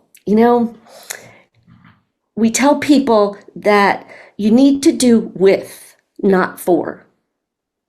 The more you do for me, the more you disable me. The more you take away my abilities, the more you make me disabled. So do with me, help me to do it, don't do it. Changing the culture. We work hard to change culture from the day of diagnosis. Majority of people diagnosed with dementia were told, get your affairs in order, come back in 6 months, let's see how much you've progressed. Yeah. It starts with the doctor. And so when we get people come on DAA that are newly diagnosed, of course they're sitting in their recliner, of course they're depressed, of course they're down. Who wouldn't be? The doctor just told you go home and die. Yeah. And oh, by the way, I'm not giving you any hope, no encouragement. We keep people active. This is our calendar for June. I don't know how well you can see it, but we are pretty active. Yeah. So we keep them engaged and engaged in a positive way. We also listen to people living with dementia. Our programs are based on what they want. For example, our latest program is sign language for dementia. And it's a program where we are helping people living with dementia and their care partners learn just 20 words in American Sign Language. Why? Because I have times I have dysphagia, but I learned sign language when I was a teenager. And when I have dysphagia, I oftentimes will find myself signing it. And the reason is sign language is visual. So you're seeing it. You're not counting on those parts of the brain that are audio that don't want to respond. I can visualize it, and therefore I can help see it. We offered the program and had 66 people sign up in 2 weeks. We finally had to cut it off and say, oh, no more. So we have a waiting list. Our waiting list is already at 38 people. Why? Because people living with dementia saw me signing and said, well, why don't we teach that? So we listen. Thanksgiving, during COVID, we found a bunch of people were home Thanksgiving and Christmas all alone because they couldn't go out. So we had 7-hour program on Thanksgiving Day and Christmas Day for 3 years. That's wonderful. Well, Lori, I just think the work you're doing and that everyone here is doing is incredible. And I just appreciate you bringing your voice to this conversation and the work that you're doing, not only for yourself, but you're just, I view the DAA as not only giving hope, but also giving a purpose. And I think everyone needs purpose, right? So thank you again. And with that, I will go back to Lori. Yeah, I would agree. And I think not only is it the purpose and the hope, but it changes how families view what is possible. And that's a big factor, a really big factor in terms of how we support their care. Debbie, I'm going to go ahead and pull you in next. And I want to talk about, your thoughts on environment and time of day and how that can affect somebody who is, dealing with some cognitive decline. Definitely can. I'm a 3-time primary caregiver for dad with Parkinson's, my mother-in-law with Alzheimer's, and my mom with 20 years of vascular dementia, and she just recently passed away. So I've had a varied experience with it. And one thing about that was dad was having hallucinations, and we couldn't figure out what was going on. And he thought aliens were digging a tunnel and coming up into his house in the living room, and they were in mom's recliner. And the exciting way that I learned about that was coming over to their house in the late afternoon again, and dad had a ball bat and was hitting mom's recliner with it. Terrified me because thankfully mom was in the kitchen, warming up some stuff for supper. But as several of you have talked about, there's usually a reason behind it. And if you dig deeper and keep trying, you can usually find it out. And so I started journaling everything. When is this happening? It's happening in the evening that this is going on. Okay, is he stressed? Is he overly tired? Is he, all the things, recording everything that I could. Finally, I found what was going on because dad also had macular degeneration, so his eyesight wasn't great. He would be sitting in his recliner at that time of day. The sun is starting to go down. He has a white mailbox, and the sun would shine on the white mailbox, creating a starburst, which his brain interpreted as an alien. The sun would go further down, so it went off the mailbox. That's when he thought they were tunneling into the house. And then the sun would shine through the window on the other side of the house and shine on mom's recliner. So that's where the aliens got in the recliner. And so I was like, oh my gosh, I cannot believe this. Simple fix. Shut the front door when the sun starts to go down, because he had a solid glass door. I didn't mention that piece. He had a solid glass door and then the solid wood door. So we just closed the wood door, got rid of the aliens out there, closed the blinds in the kitchen, got rid of the aliens in the recliner. So you have to look at everything, because my mother-in-law hallucinated a lot as well. She had the cutest little dog that did little tricks, and you could watch him, and he was so entertaining. Okay, I don't have a dog, but I didn't tell her that. I was like, yeah, he's adorable, isn't he cute? Look at those tricks. Absolutely, because go along with them. What do you win by arguing?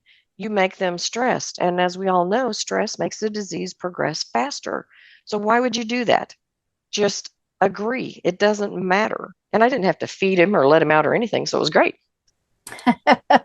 Well, thank you for the visual of what your dad was dealing with and how simple it was to remedy. I think so often we don't look at our environment, we don't look at the lighting, the sound, or even the people entering the room that can be triggers. We all have those people that enter our space and we're like, but maybe we can hide it a little bit more than a person living with cognitive decline. You also mentioned about, it's okay to tell that white lie or that fiblet. And I know, when I've gone out speaking and stuff, people, every now and then I'll get somebody who's like, I am not, I will not, I will never, ever, ever lie. That is a core of our belief. And I said, that's right. You have that choice, but you also have a choice to decide, are you going to increase the stress or are you going to give comfort? And what is that line? I know for myself, like my mom never knew that I got divorced. It would just cause her stress. So why would I tell her that? You can't explain it. And she's not going to get that. And so who am I doing this stuff for? And I think sometimes those boundaries, I think Cindy said, who are we doing what we're doing for? Can you tell me your thoughts, on kind of the little white lies and how do you view that? Because I'm sure you run up against people saying that too. Absolutely. I sure do. And when I first started the caregiving journey, I felt the same way. I'm not going to lie to them. So what I did, this is horrific to even admit, but it's the truth. And that's why, because people learn. I'm a person too. I totally messed up.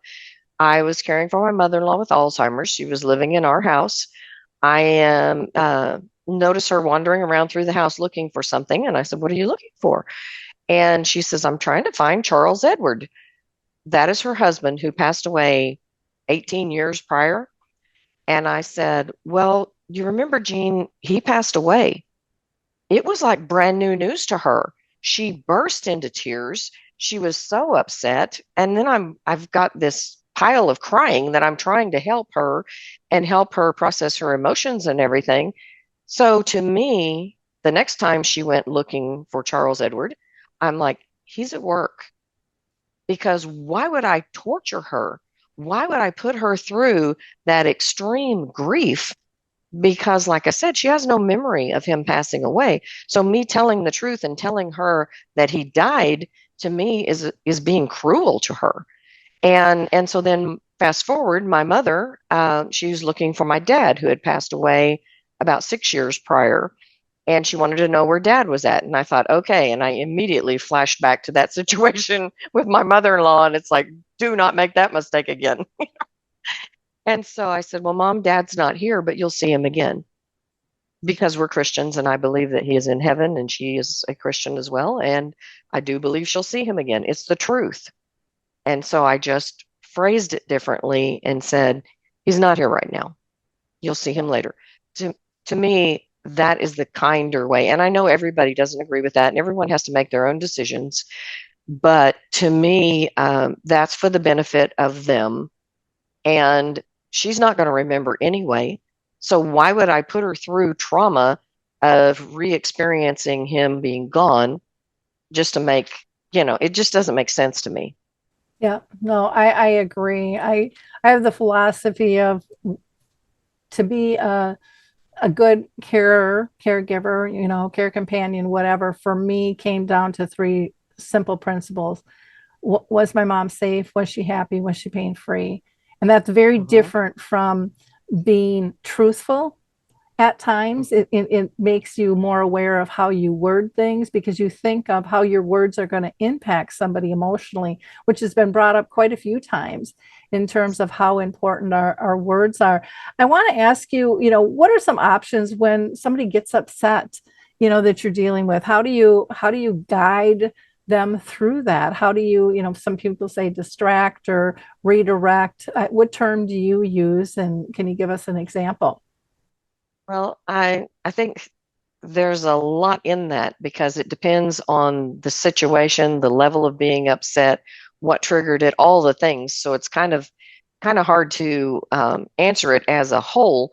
But what I do with the Purple Vine, I do one-on-one consultations via Zoom. And I intentionally do it via Zoom because that way the caregiver, the carer, whatever you want to call them, doesn't have to go through all the stress of getting their loved one dressed and around and cooperating to go with them to another location where then they're worried about them, watching what's going on, all this stuff. Instead, we talk from the privacy of their home. They can schedule it for when their loved one is typically sleeping, when they're typically watching TV, whatever. And then you can really have open discussions about it and learn. I try to really learn the situation, what's going on, what's happening, and then how we can deal with it. Because I had a lady who I recently spoke to who was saying, my father just acts up at supper time all the time. I don't know what his deal is. He's fine for breakfast and lunch. And my first thought was sundowning. But as I listened further into the situation, that's when her son was coming home from school, making a lot of racket. Things are going on. The husband's come home from work. He's talking. He's making a lot of noise too. So breakfast and lunch were just her and her father. Supper was all this chaos. And so that is what was triggering the issue. And that's what was making him upset. And so we changed the way that she was handling it to have an earlier supper with him, just him, to let him eat, and then moving him off to his room so that he could watch TV and have his peace and quiet. So most times the answer is complex because the situation is complex. And so the answer can be simple, but once you fully understand what's really happening. And I want to toss in there too one thing about when my mom was nonverbal. She'd lost all ability to speak, and this was after the things that didn't make any sense and all that kind of stuff. You still could communicate. You still can have wonderful times. I would kneel down in front of her so that she could see me, wait until she saw me, and then I'd make a crazy face at her. And it might be just puffing out my cheeks and rolling my eyes or whatever. And then she would just laugh. And then it really surprised me because then I made another crazy face and she mimicked what I was doing. And then we laughed and hugged, and it was precious. It was a wonderful, wonderful time of connection because our hearts were connecting. Yeah. And you don't always have to connect through verbally. And I love that you're using humor because I think humor a lot of times is handed over in illness, and I think it's the glue that keeps us together. Lance, I'm going to flip it back to you because boy, we are just having wonderful conversations here with so many. Thank you, Lori. Next, I want to go to Isabel Mumby. Welcome, Isabel. How are you? Hi. Yeah, great. Really enjoying the conversations. Yes, all good information and discussion for sure. Your father, Trevor, developed the Smile File and the 12 hand grenades. Both are revolutionary tools that the carers at Mumby's Living Care use to help work with dementia clients that you're charged with caring for.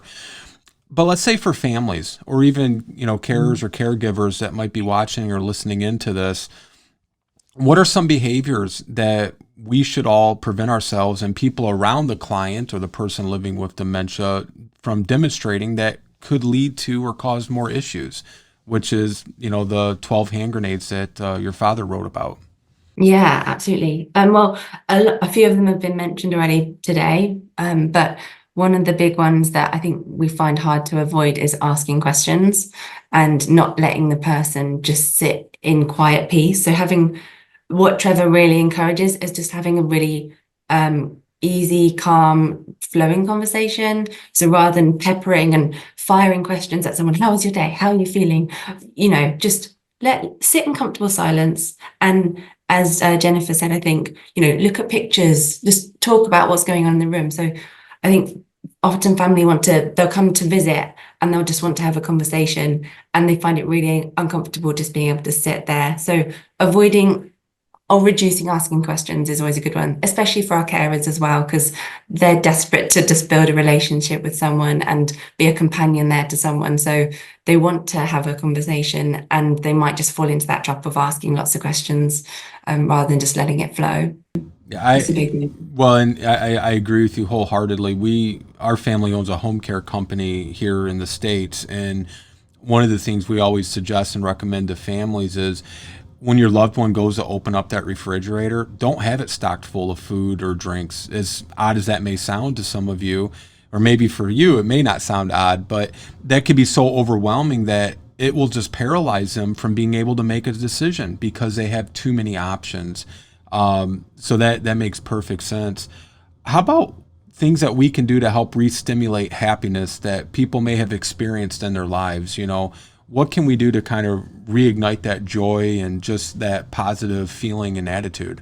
Yeah. So this goes back to the smile file that Trevor made. So he has 4 Ps, people, places, pastimes, and possessions, which again, people have talked about today in conversation. So it's sitting down and having a conversation and with the whole network of people in your life and talking about thinking about the people, for example, which is people that pop up in your life. And that's from when you're born, when you're in nursery, in preschool, up to today, through to your wedding, all these big moments. Who are the people that you're remembering? Write them down and then go back to the list and say, okay, of these people, are they positive? Am I feeling happy when I think about them? What raw emotion and response are stimulating, just what is happening on your face when you think of Diane? Oh my God, Diane was there at my wedding day and she handed me my flowers, but she dropped them and I had that moment. And so it's just the people in your life you try and recall. And then with the smile file, once you've found all those 4 Ps and the important ones that reinvigorate and stimulate these wonderful emotions, pop them in a list on the fridge, for example, use a magnet from the smile file, and you can walk past it and just pick one of the names, pick one of the places, just one word, and try and drop that in and see if that can start a conversation. And hopefully, by doing the process right, you will have a spontaneous reaction from that person, and they'll just go, Diane. And then you hope that the conversation will be the flowers and the wedding. And that's the point of the smile file, and try and bring those stimulating those emotions and happy vibes and feelings. When you're meeting with families and they're not sure, should we put mom or dad or whoever the loved one may be into a facility or into a care home, is it something, do you recommend they keep them in their home as long as possible, or because you guys do live-in care, correct?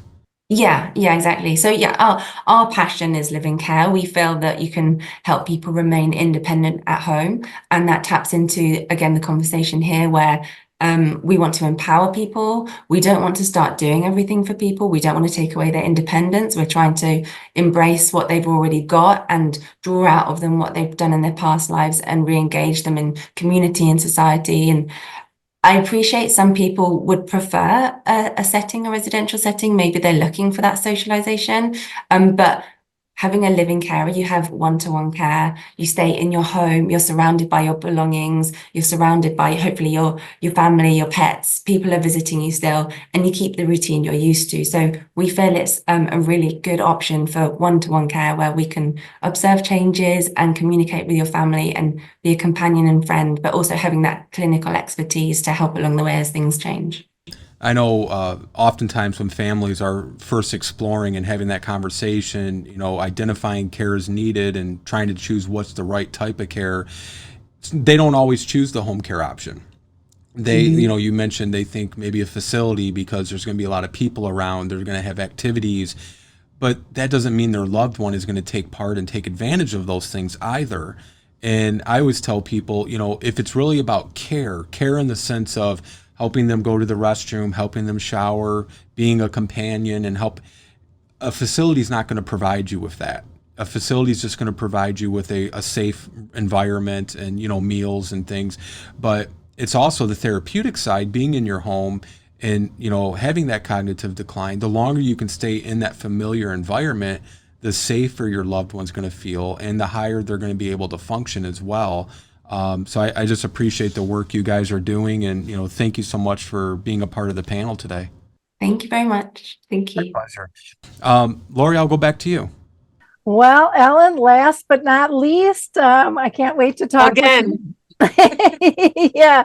Sometimes that's the way the cards roll there. I wanted to talk about some issues with this, making some safeguards in the home environment, because that's so critical. If someone, happens to fall and break a hip, I mean, that can change the direction of everything, really quickly. So what types of things do you like to see in the household for people who are living with cognitive decline?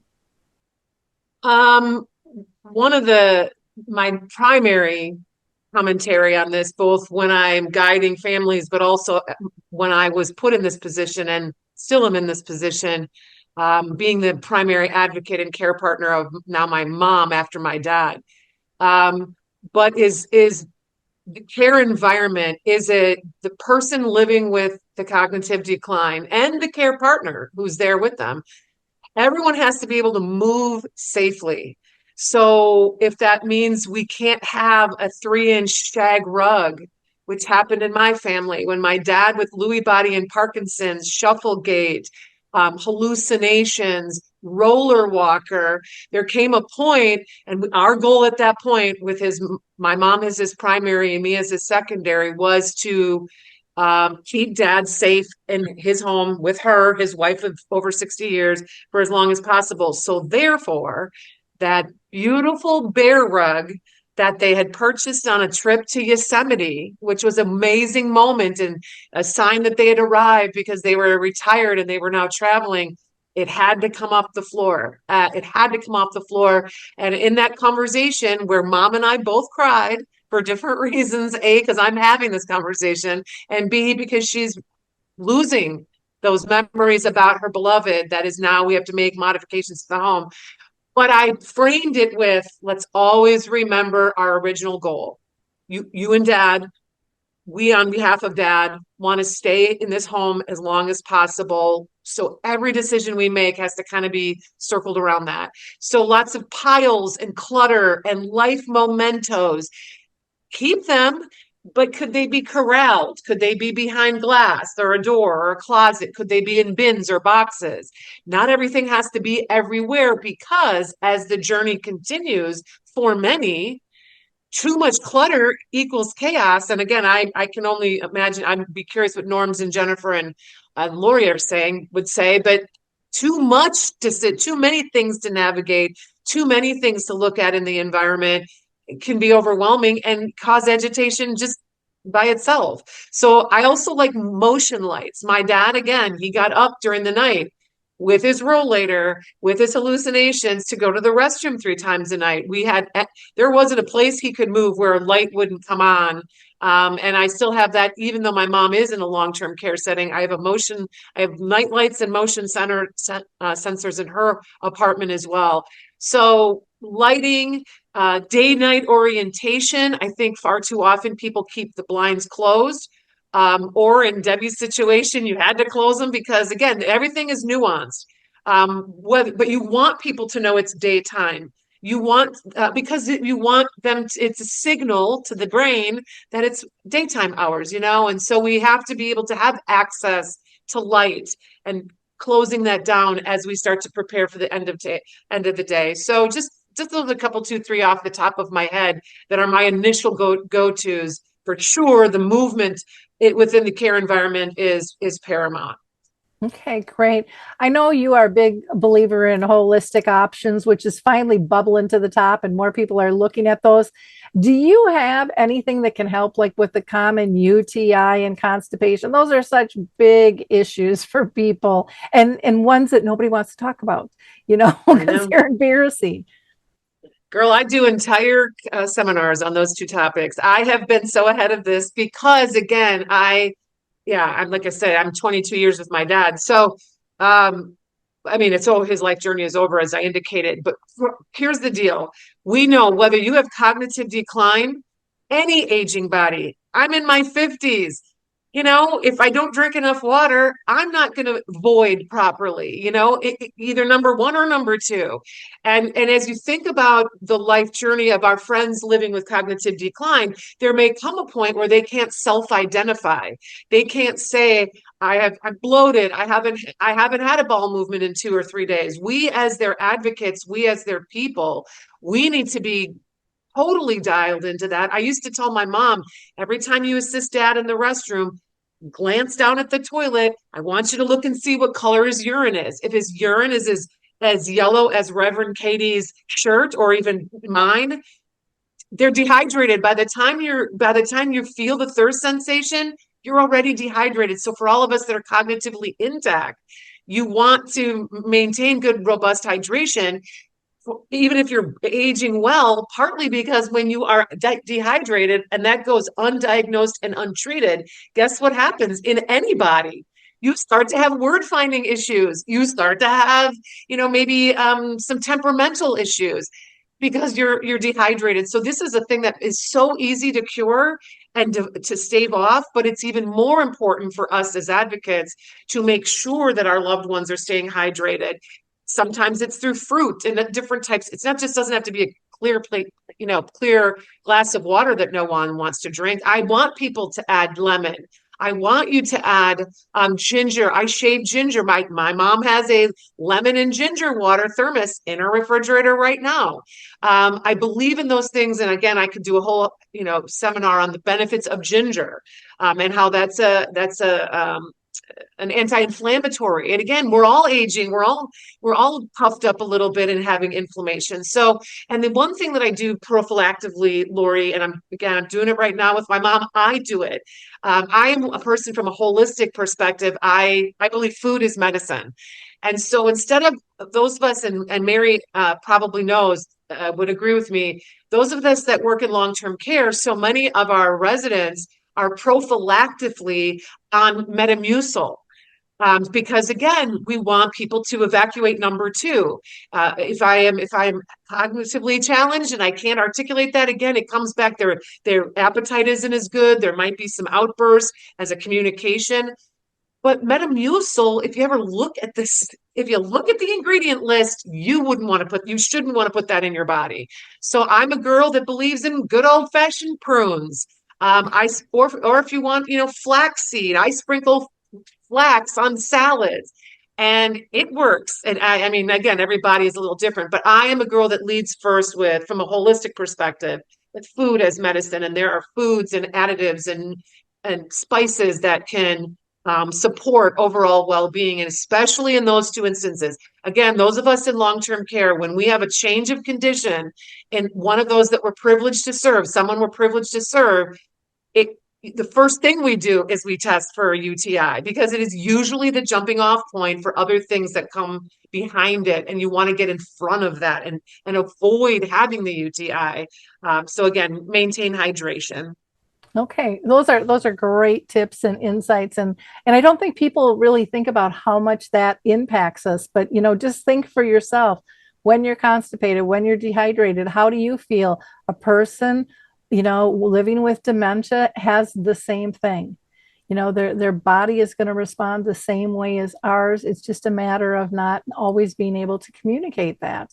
And I know I get cranky and I get snappy and all of those types of things. That's normal. Really quickly, because I want to be time conscious here. Do you have some proactive approaches to avoid crisis or manage crisis? Because that seems to be a big thing that families struggle with.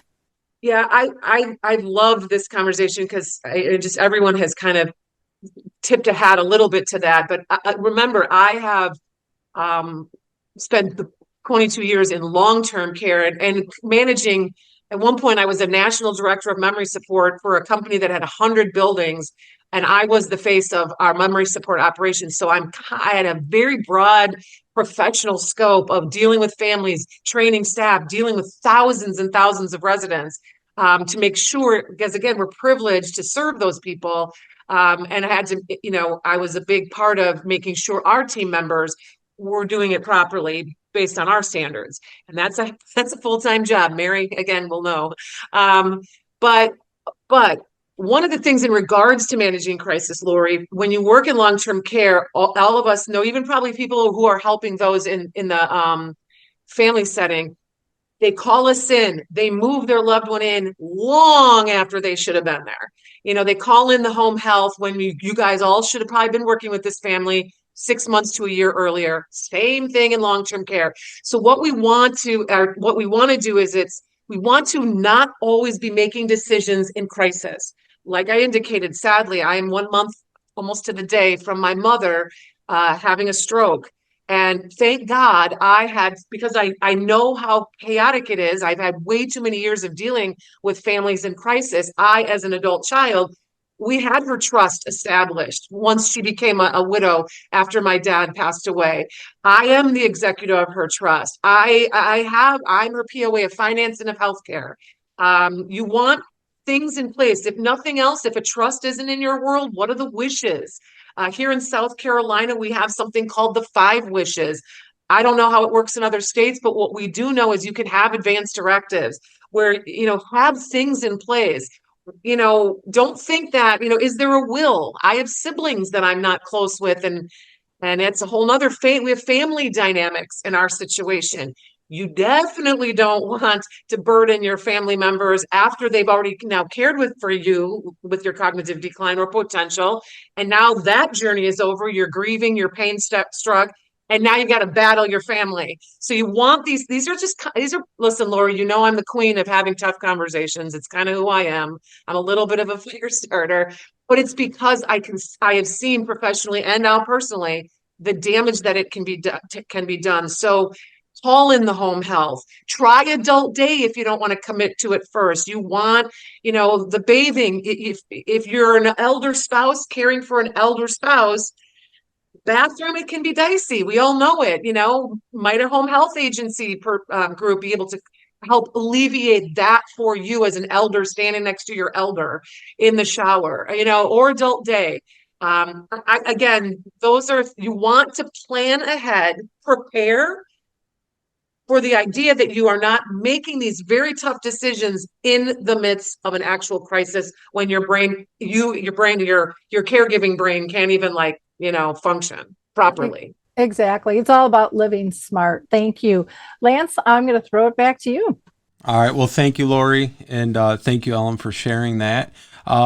We've come to the 2-hour mark. And again, thank you all for your time today and for your gracious use of your voice and resources for the audience and help to furthering the understanding and advocacy of cognitive decline, aka dementia. We like to close the show out on a real positive note. And we want to ask each of you one question. The question will be for all of you, but I'll go person by person. If you want to just use one word or one thought on what you're grateful for and really what you're hopeful for, even for awareness and for the furthering of this advocacy and cause. And I'll start with you, Isabel. This conversation has highlighted how so many people are incredibly knowledgeable through lived experience and through their work, and we're passionate about what we do, and just seeing the excitement and passion in the room and sharing what we know and just increasing that, hearing that in the industry, that people are talking more about people with dementia and living with cognitive challenge, is just really exciting that there's real momentum starting to pick up. Absolutely. And thank you for that. Next, I'll go back to you, Ellen.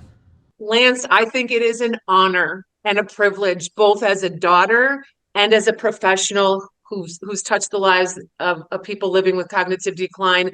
I am telling you, I have from the C-suite to the front line, the smartest people I have had the privilege to work with alongside and to support and advocate for are my friends and my parents living with dementia. So I am excited that we are amplifying voices, our voices collectively, as Lori said, together we're stronger.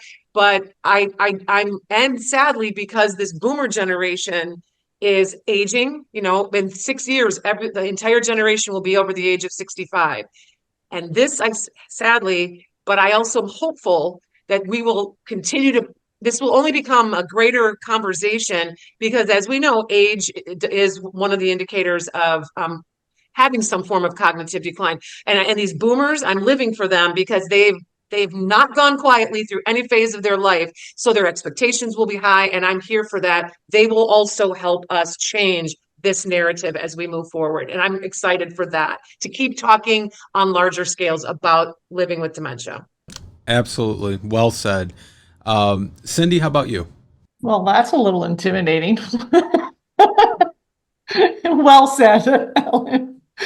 I'm just hopeful and really in awe that I look back on how many years I've known Lori specifically. And at that time, there was not a lot of opportunity for people living with dementia to have the voice, to share their story, to be the experts leading the way. And now I look at just, 10 years ago compared to now, people really are getting it. Like the people who are experiencing the cognitive changes are the ones who know best and can lead us in how we should be responding. So it's just been an honor to listen to everybody here, especially my friends who are experiencing dementia themselves. Thank you, Cindy. Reverend Katie.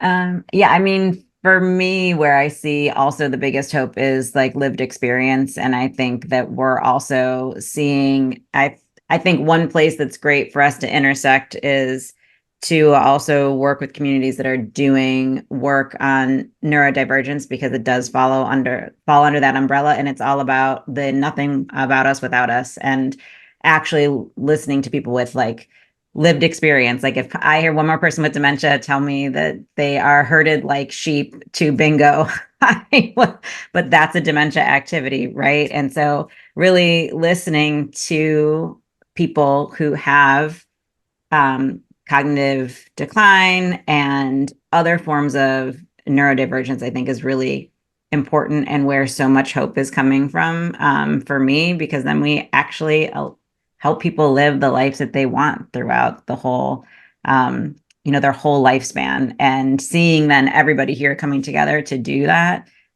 always brings me hope every time. Absolutely. Thank you. Next, we'll go to Vicki. I am hopeful for the future because we're talking about it. And a lot of people are talking about it. Those who have disorientation and those who don't. And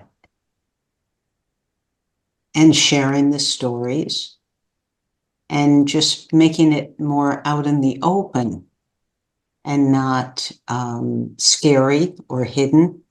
And I think that's the way forward. And also we're working much more humanistically than, say, 20 years ago. There's a different vocabulary now. And while we can argue over which word is most appropriate, I find that generally that's not a place I want to put my time. Right. It doesn't really matter. But the fact that we're coming together is important. Absolutely. Well, thank you, Vicki, and thank you for all that you're doing. Next, we'll go to you, Norms. I'm getting tired now, so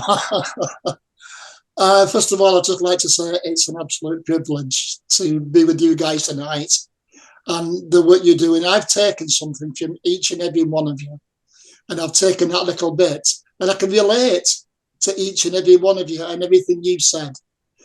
And as far as hope's concerned, well, the most common question I get asked as a person living with dementia is, do you think one day there'll be a cure? And my answer is always the same. I always say, I believe wholeheartedly that there will be a cure, because I couldn't do what I do if I didn't believe that rainbow was at the end. If there was that gold at the end of the rainbow, I could not do what I do. I've got to hope that one day in my lifetime that a cure will come. But I always say that people say, do you really believe a cure will come? And I say, yeah. And the most ironic thing is, guys, on that day when the cure does come, on that wonderful day when the cure is found, dementia itself will become just a memory. How ironic is that? Yeah. How ironic is that? People will say, I remember that. Do you remember that when people used to forget things? Dementia itself will become just a memory. Guys, it's been an absolute privilege to sit here and listen to you tonight. Well, thank you, Norms. Thank you for all you're doing too. Mary, let's go to you next. Yeah, I'm excited as somebody on the call who's probably been doing this longer than a lot of folks, 35 years. If 35 years ago you tried to get together a panel like this, it would never have happened. People weren't choosing to go into doing memory care. Most of us fell into it as an opportunity that came across. So I'm excited that there's people who want to do this kind of work, who are doing this kind of work, who are great at this kind of work, that people with the disease have a voice. I'm excited from where we were 35 years ago to where we are now. And I'm so hopeful to see what the next 35 years looks like, because I'm with Norms. I can't wait for the day where dementia is just a memory, but I'm excited of the growth that we've seen, and to have dementia so publicly talked about is exciting for me. Absolutely. Absolutely. How about you, Debbie? Well, Mary said a lot of what I was going to say, because I am also very excited about also the amount of resources that are available now that even 15 years ago did not exist and were not there, and which is the main reason a lot of us got into this in the first place. I know for myself, I don't want anyone to struggle like I did. I don't want them to have to figure everything out because they couldn't find the information. And I'm thankful for Dementia Map, which brings together resources and information that people can go to and locate it all in one place. It's fantastic. And Lance, also for your extra podcast, you and Lori both, the extra podcast that you do in this one, to inform people. There's so much more information out today. It's exciting. It's encouraging. I think it's fantastic because we need it. As someone mentioned earlier, the baby boomers are aging. We need more caregivers. We need more collaboration. And I'm so thrilled to be a part of this. Thank you so much. We're thrilled to have you a part of it, Debbie. Thank you. How about you, Lori?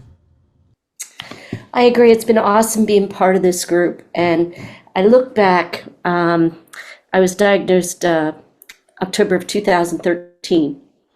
It's been a while ago now. And I'm so excited because Lori and I actually sat down one day and we came up with about 20 people who have been diagnosed at least 10 years and are still living well and still living productive.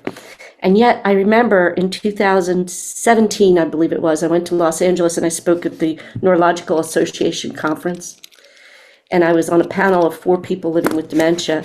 And when we opened our mouths, they went, oh, they speak and they make sense.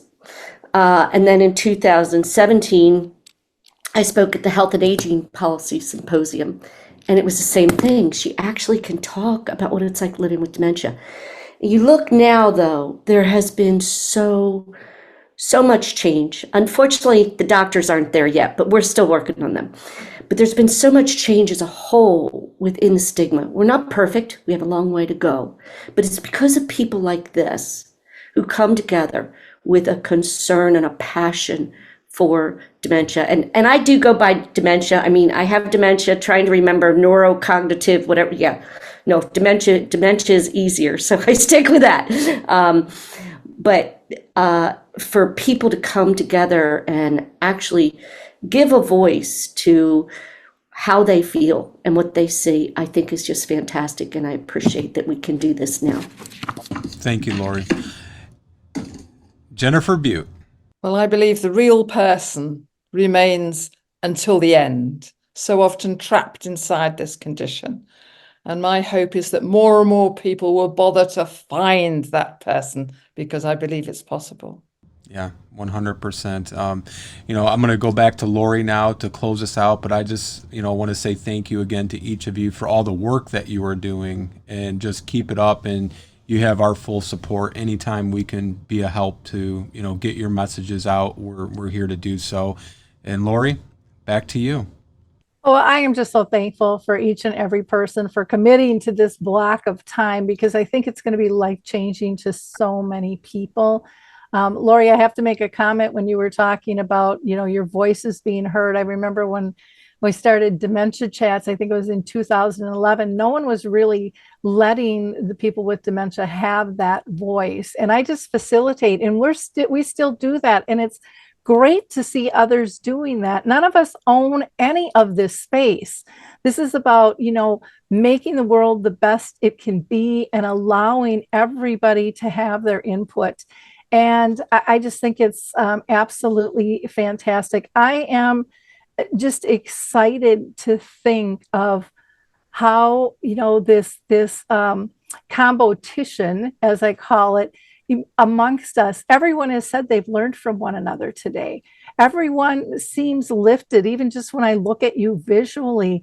This is what having an open, authentic, passionate conversation can do, and we need to have more of it. And I am so grateful. Thank you. Well, with that, everyone, thank you again for your time today and for all the advocacy you're doing. And for Conscious Caregiving with L&L, we say goodbye. Thank you for joining us this month on Conscious Caregiving with L&L, where we're tackling the tough conversations. We look forward to seeing you again next month.